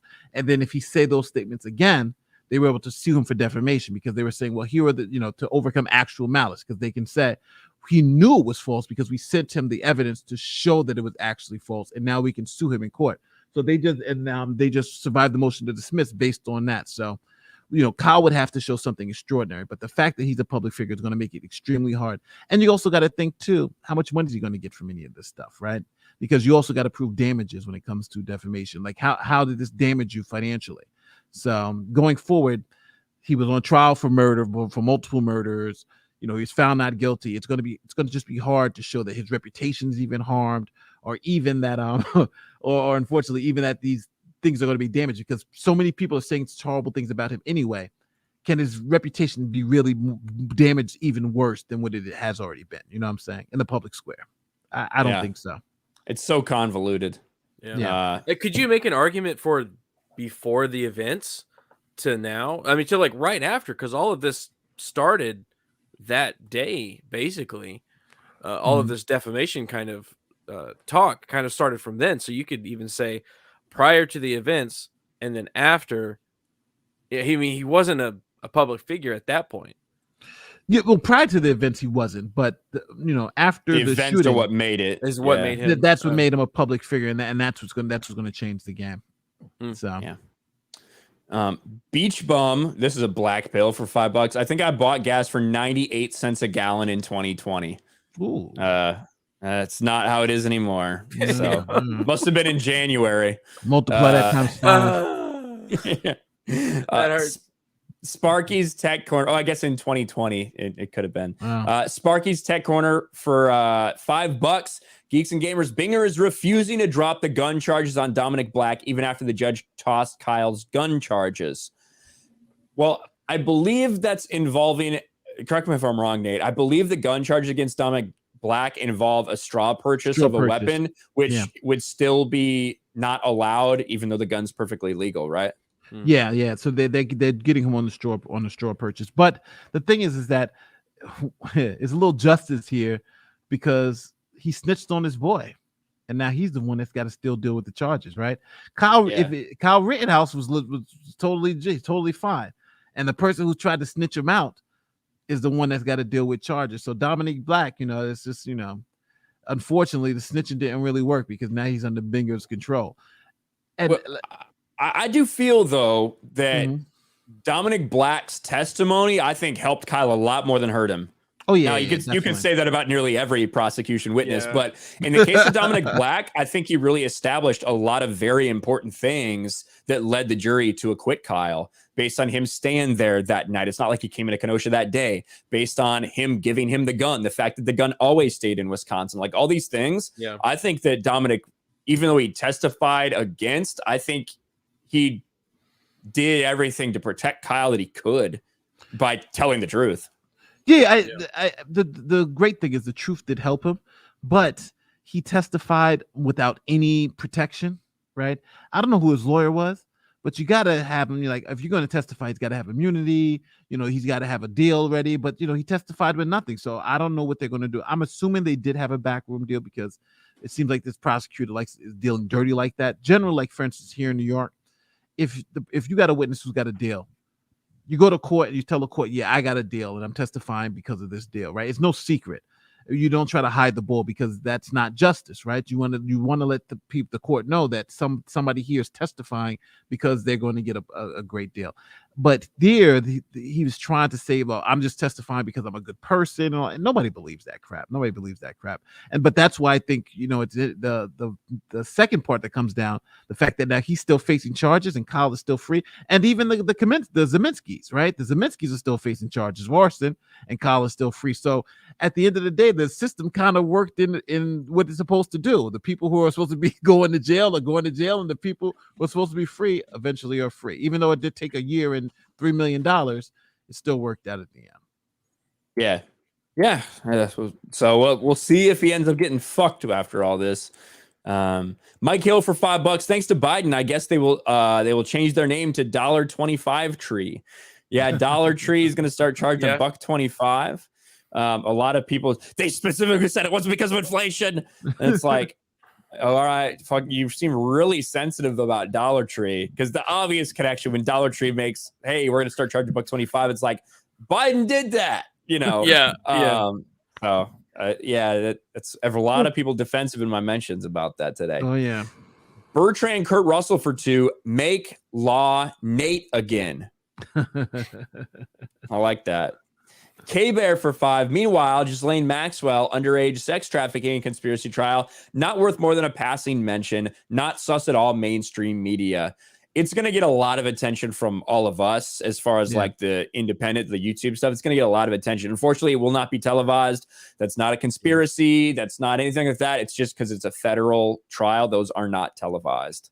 And also to just also to make very clear too, usually when you have these trials with the nature of the trial too, there's rape shield laws and things of that nature where victims' names can be used in such things of that nature. So generally in trials like that, they would try to censor it in a way where you didn't have, these people are going to have to testify against what happened to them. So it's going to be less likely trials like that would be televised. Yeah, fucking crazy. Mike Hill for $5. Did you see that Kristen Bell is getting backlash for taking photos with 2 LA County deputies? What? I actually did not see it until Krista pulled that up and shared it with me here. Here it is. Photos of Kristen Bell with Los Angeles Sheriff's deputies sparked backlash. So stupid. There she is, Lancaster Sheriff Station. Kristen Bell with 2 county sheriffs. And they posted, we had the absolute pleasure of meeting Kristen Bell, who was hands down the kindest human ever. Who knows why she was there? This is a bad place. Will one of you famous whites that knows Kristen Bell please handle this? Don't make me start snitch tagging. Check mark. Wow, this sucks so much. Kristen Bell taking pictures with deputy gang members. People saying, look, a Lancaster sheriff slammed a student to the ground. Hey, Kristen Bell, did you tweet Black Lives Matter? Because this ain't it. And of course, landlord celebrities will post about Juneteenth, but at the end of the day, their allies are the cops that protect their property at the expense of human life. A lot of people. That's what they over get. this. That's what I'm sure she did. That I mean, I don't know for sure, but I'm gonna guess she went out and did the BLM, Black Square, all that shit. This is what you get. Got I just caught want to know taking if she was. pictures with the police. Yeah, why was she here? Was she paying off a speeding ticket? No, I guess you go to court for that, not fucking sheriff's department. But You know what she's got to do? She's got to do an IG live and say, "Back in the day when I was stripping." Yeah, I did it. What? I did it. Then I she'll drugged him. host the next show. That's right. This will all be forgotten. forgotten. This will all be forgotten. Yeah, next AMA, she's up there. she's gonna host the Oscars, right? She's hosting Yeah. the Oscars. See you, Well, Kevin listen- Hart. Get your little ass out of here. Yeah. Listen, with that, guys, I have to go because I have to have kids. I got to wake up tomorrow, but it's about 1 a.m. I've been having such a great time. I forgot the time it was. It's 3 hours. You know what? I like Ryan. Ryan set me up early. He was like, "We're gonna probably be an hour, 30 minutes. We're gonna be out of here soon. Don't worry about it." We're 3 hours in, and I forgot what time it was. Yeah, no problem, man. And anybody's free to go. We're running through the super chats. Yeah. I did real quick. I wanted to again. We got $10 from Navy Tech. Says Nate, love your commentary. Thank you very much for that one. Navy.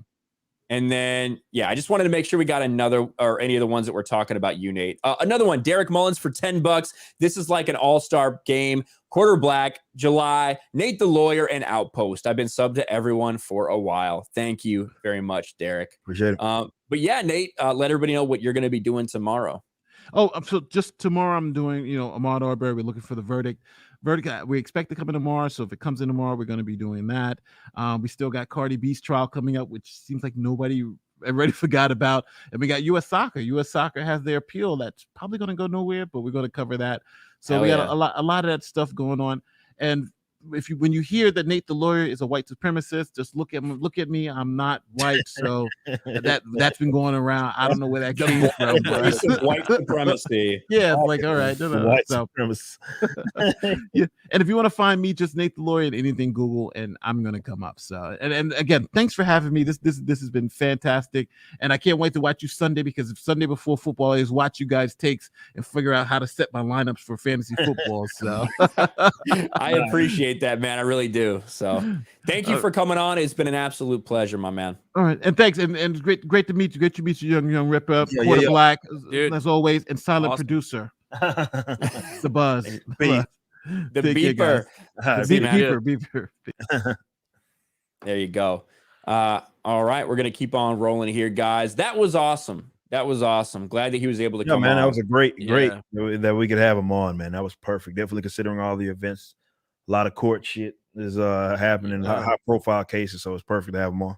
Yeah, and it's all crossing over. We talk about this every fucking week. People are like, what is this? It's all crossing over. Yeah. Like literally. We talked about these celebrities talking this shit, Mm-hmm. Yeah, and we got asked that last week. They're like, what does that have anything to do with it? It's like, and then of course we see as soon as the verdict comes down, every fucking blue check mark, every mainstream media person, every person in Hollywood started tweeting about it. Yep. Because they just cannot stop themselves. So it all crosses over at this point. It'd be nice just to talk about pop culture and nerd shit, but like they have made it a political thing. It'd be nice if it was good to talk about it, I suppose. That's true. That would be nice. I mean, I like shitting on stuff. Please. Well, I mean, I do too. But FMJHP for $10. If I order a pizza and it crosses state lines, does it become an assault pizza? Not if you eat it fast enough, but potentially. Michael Pernesti for Canadian $13.99 says bricked up. Thank you, Michael. Good to see you here, buddy. Jack for $5. My pronouns are now state lines, so don't cross me because you'll have no defense. Thank you, Jack. Bird up for $2. So what's this I hear about state lines? Drink. Yeah, everybody trying to get us drunk. This is not the channel where I'll get drunk on. I've done that once, and that was in Vegas. Krista had to witness that. So we're not going to make Tuesday night's main event a drinking stream, but maybe sometime on my channel.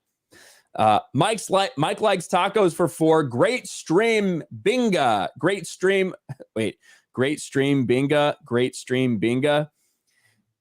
Is that supposed to be like shoot me N-word, shoot me N-word. Is that what that's supposed to be? I don't know. But thank you, Mike. Super duper Giles for 5. Ironic that the COVID's NPCs have made it so I can work from home. Working at home means I have time to watch good sources like Ricada's stream during work. They fucking were their own worst enemies. Their own worst enemies. Marksman for $2. Quarterback, your Discord went Russian. What you talking about? I kept seeing that up in the chat. I gotta get these Ruskies out of my Discord. Was that you who was making all that fucking noise? There was somebody during the stream where it was just like Windows noise, Discord. That had to be me. Was it you? Okay. It had to be me. Because at one point, audio issues are usually me. My monitor just fucking disconnected. This monitor on the iPad, and I spent like fucking 12 minutes trying to get the goddamn thing working, and I couldn't figure it out until I did. So yeah. Yeah, like, because it wasn't annoying like me, but I kept seeing the chat. They're just like, your sound, Ryan, your sound. It's like, it's not me, motherfucker. I thought it was you too. That would have had to be me. Catherine Savercool for 5. Pretty soon you won't be able to drive a car across state lines. Well, imagine if they put borders across the state lines, but not the fucking country. Chris Torby for Aussie, $8. Hey Nate, Ghislaine Maxwell case is starting next week. What do you foresee coming out of that case? Any celebs incriminated with her? I'm sorry we couldn't ask that. I didn't see it while we were on stream. We talked a little bit about the Ghislaine Maxwell thing. I do think he will be covering it. There's a lot of people named in that lawsuit. Disney, Sony, like Universal, Beyonce, Jay-Z, Kanye West. Like, I don't really know how all of them play into it. I don't know if anybody knows how they play into it because we haven't actually seen the case yet or heard about it. It's just who's put on the defense list. So it'd be tough to tell. But thank you, Chris. Bird up for 2. Wait, Sean Connery died? That was funny. James, I've said that one already. James Curran for another 5 says, really? Because all Joy talks about is white supremacy. Couldn't the argument made she pushed the parade guy over the edge? I don't think you could, unless, like, even if he had like a manifesto where he said Joy Reid pushed me to do this, I still don't know. Radicalized me. Yeah. I still don't think you'd be able to bring any damages against someone for something like that, unless, like, you would have to prove that Joy Reid had knowledge that what she was doing would cause something. I believe that's what you would need in some sort of civil case like that. Yeah, but that's just the way I see it. Marcus Henry for 5. MSNBC still calls him a murderer. Sue them. I would love to see all these motherfuckers get sued. I would love it. Please. Unpopular movie reviews for 5. Can I sue Ryan for calling me a retard when I'm not really a retard? You can try. I don't got any money. Good luck. Yeah, good luck. You take my debt. Samurai Knight for $2 says Dollar Tree is changing their name to Tree Fitty. Nice. $1.25, I think is what they'll change it to. Austin Kaiser for 2. When is Doomcock going to be invited on Tuesday night? Don't know. Don't have an ETA on that one. Aiken, channel member for 7 months. I heard he's in. What if the pizza burns your tongue after it's crossed state lines? Well, then obviously you have grounds to sue. Yeah. Marksman of 117B said for 2 says Soviet anthem playing on Discord. No stopping me. Oh, okay. All right. Here we go. Taking you out. You can't be having no Soviet anthem on here. I see you. Oh, you're going down. Do you remember when the New Zealand guy played the pole anthem? No. For that shit? Yeah. Fucking, that was crazy. The Christchurch stuff was fucking insane. That seems like so long ago, but it really wasn't that long ago, I guess. It's straight up playing. Oh my gosh. Yeah. Let's see. Let me catch up on Streamlabs over here. Boom, boom, boom. And we're all caught up. Guys, this is a hell of a fucking stream. This was an awesome stream. Yeah. A lot of people here. Nate was a great guest. Quarter Black, awesome to have you on the first time in 2 years. Hey. Having Quarter Black Garrett on. It was a good time, dude. It was a lot of fun. It was good meeting Nate and stuff. And I've been watching him this whole week, and it's the first time I've seen him. Pretty cool. Yeah, for all those super guys, I'm knowledgeable, glad, dude.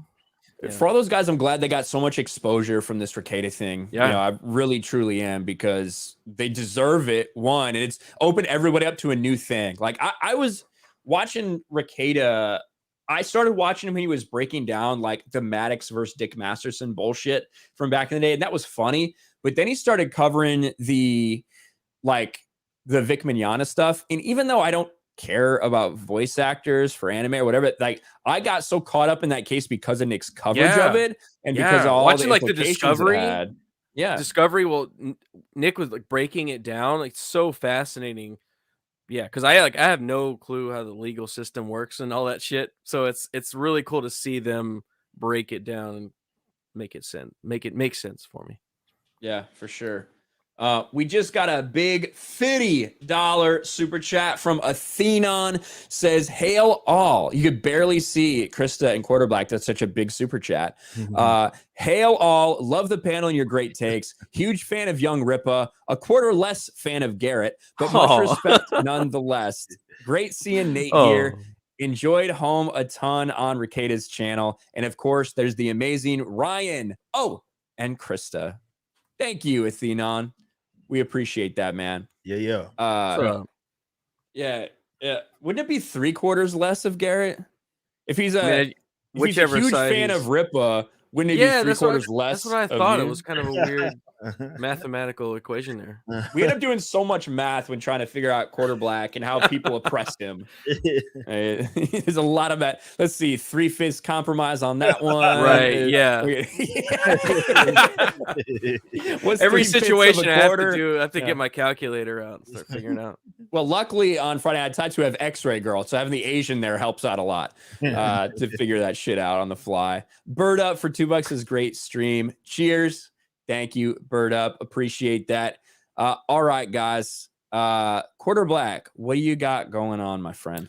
Right now, I just did a long stream playing Halo. Tomorrow, I've got Drunk 3PO on the channel. We're gonna be talking about Goonies. He's coming on. We're gonna have some fun. Probably some more video game streams, and then I don't actually know what we're doing next week, but Friday Night Tights. I'll be here with your boy Ryan. Yeah. And whoever we have on. I don't know who the guest is actually yet, but we'll figure it out. I don't know. I know who we were rumored to get on soon, but I don't know if that's guaranteed. That would be fucking interesting, wouldn't it? Oh, so. And I'm only 400 away from 20K subs on my YouTube channel. So just throwing that out there. Everybody wants to, sub.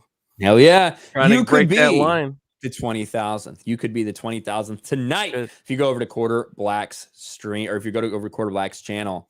Rippa, what do you have coming up, man? Same old stuff. We do the show 12 p.m. every day. We're doing a lot of Twitch streaming, playing competitive Halo Infinite. I was just playing today with Mark the Cyborg.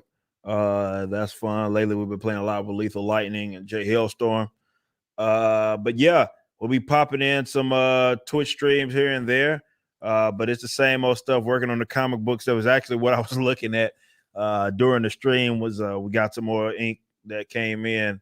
Fuck yeah! I was looking over those. I'm so excited about that, dude. And I'm stoked, man. So I was looking over some of those. I had like 5 new pages. Looking over some of those, so I can send those corrections in and all of that. So that's really everything going into the end of the year. Hopefully, we can get this announced at the end of next month.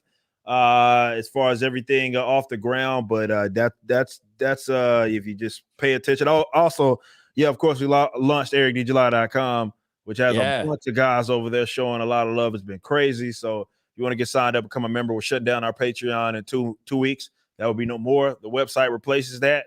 So you can come over there if you like and be part of the conversation. It's a little social media hub that we have. It has an application as well that you can get. Of course, in the App Store, it'll be a bunch of expanding sort of stuff that we're going to be doing with that. So, yeah, go over there if you want to check that stuff out at EricDJuly.com. The entire website has been revamped, so you can go check that out.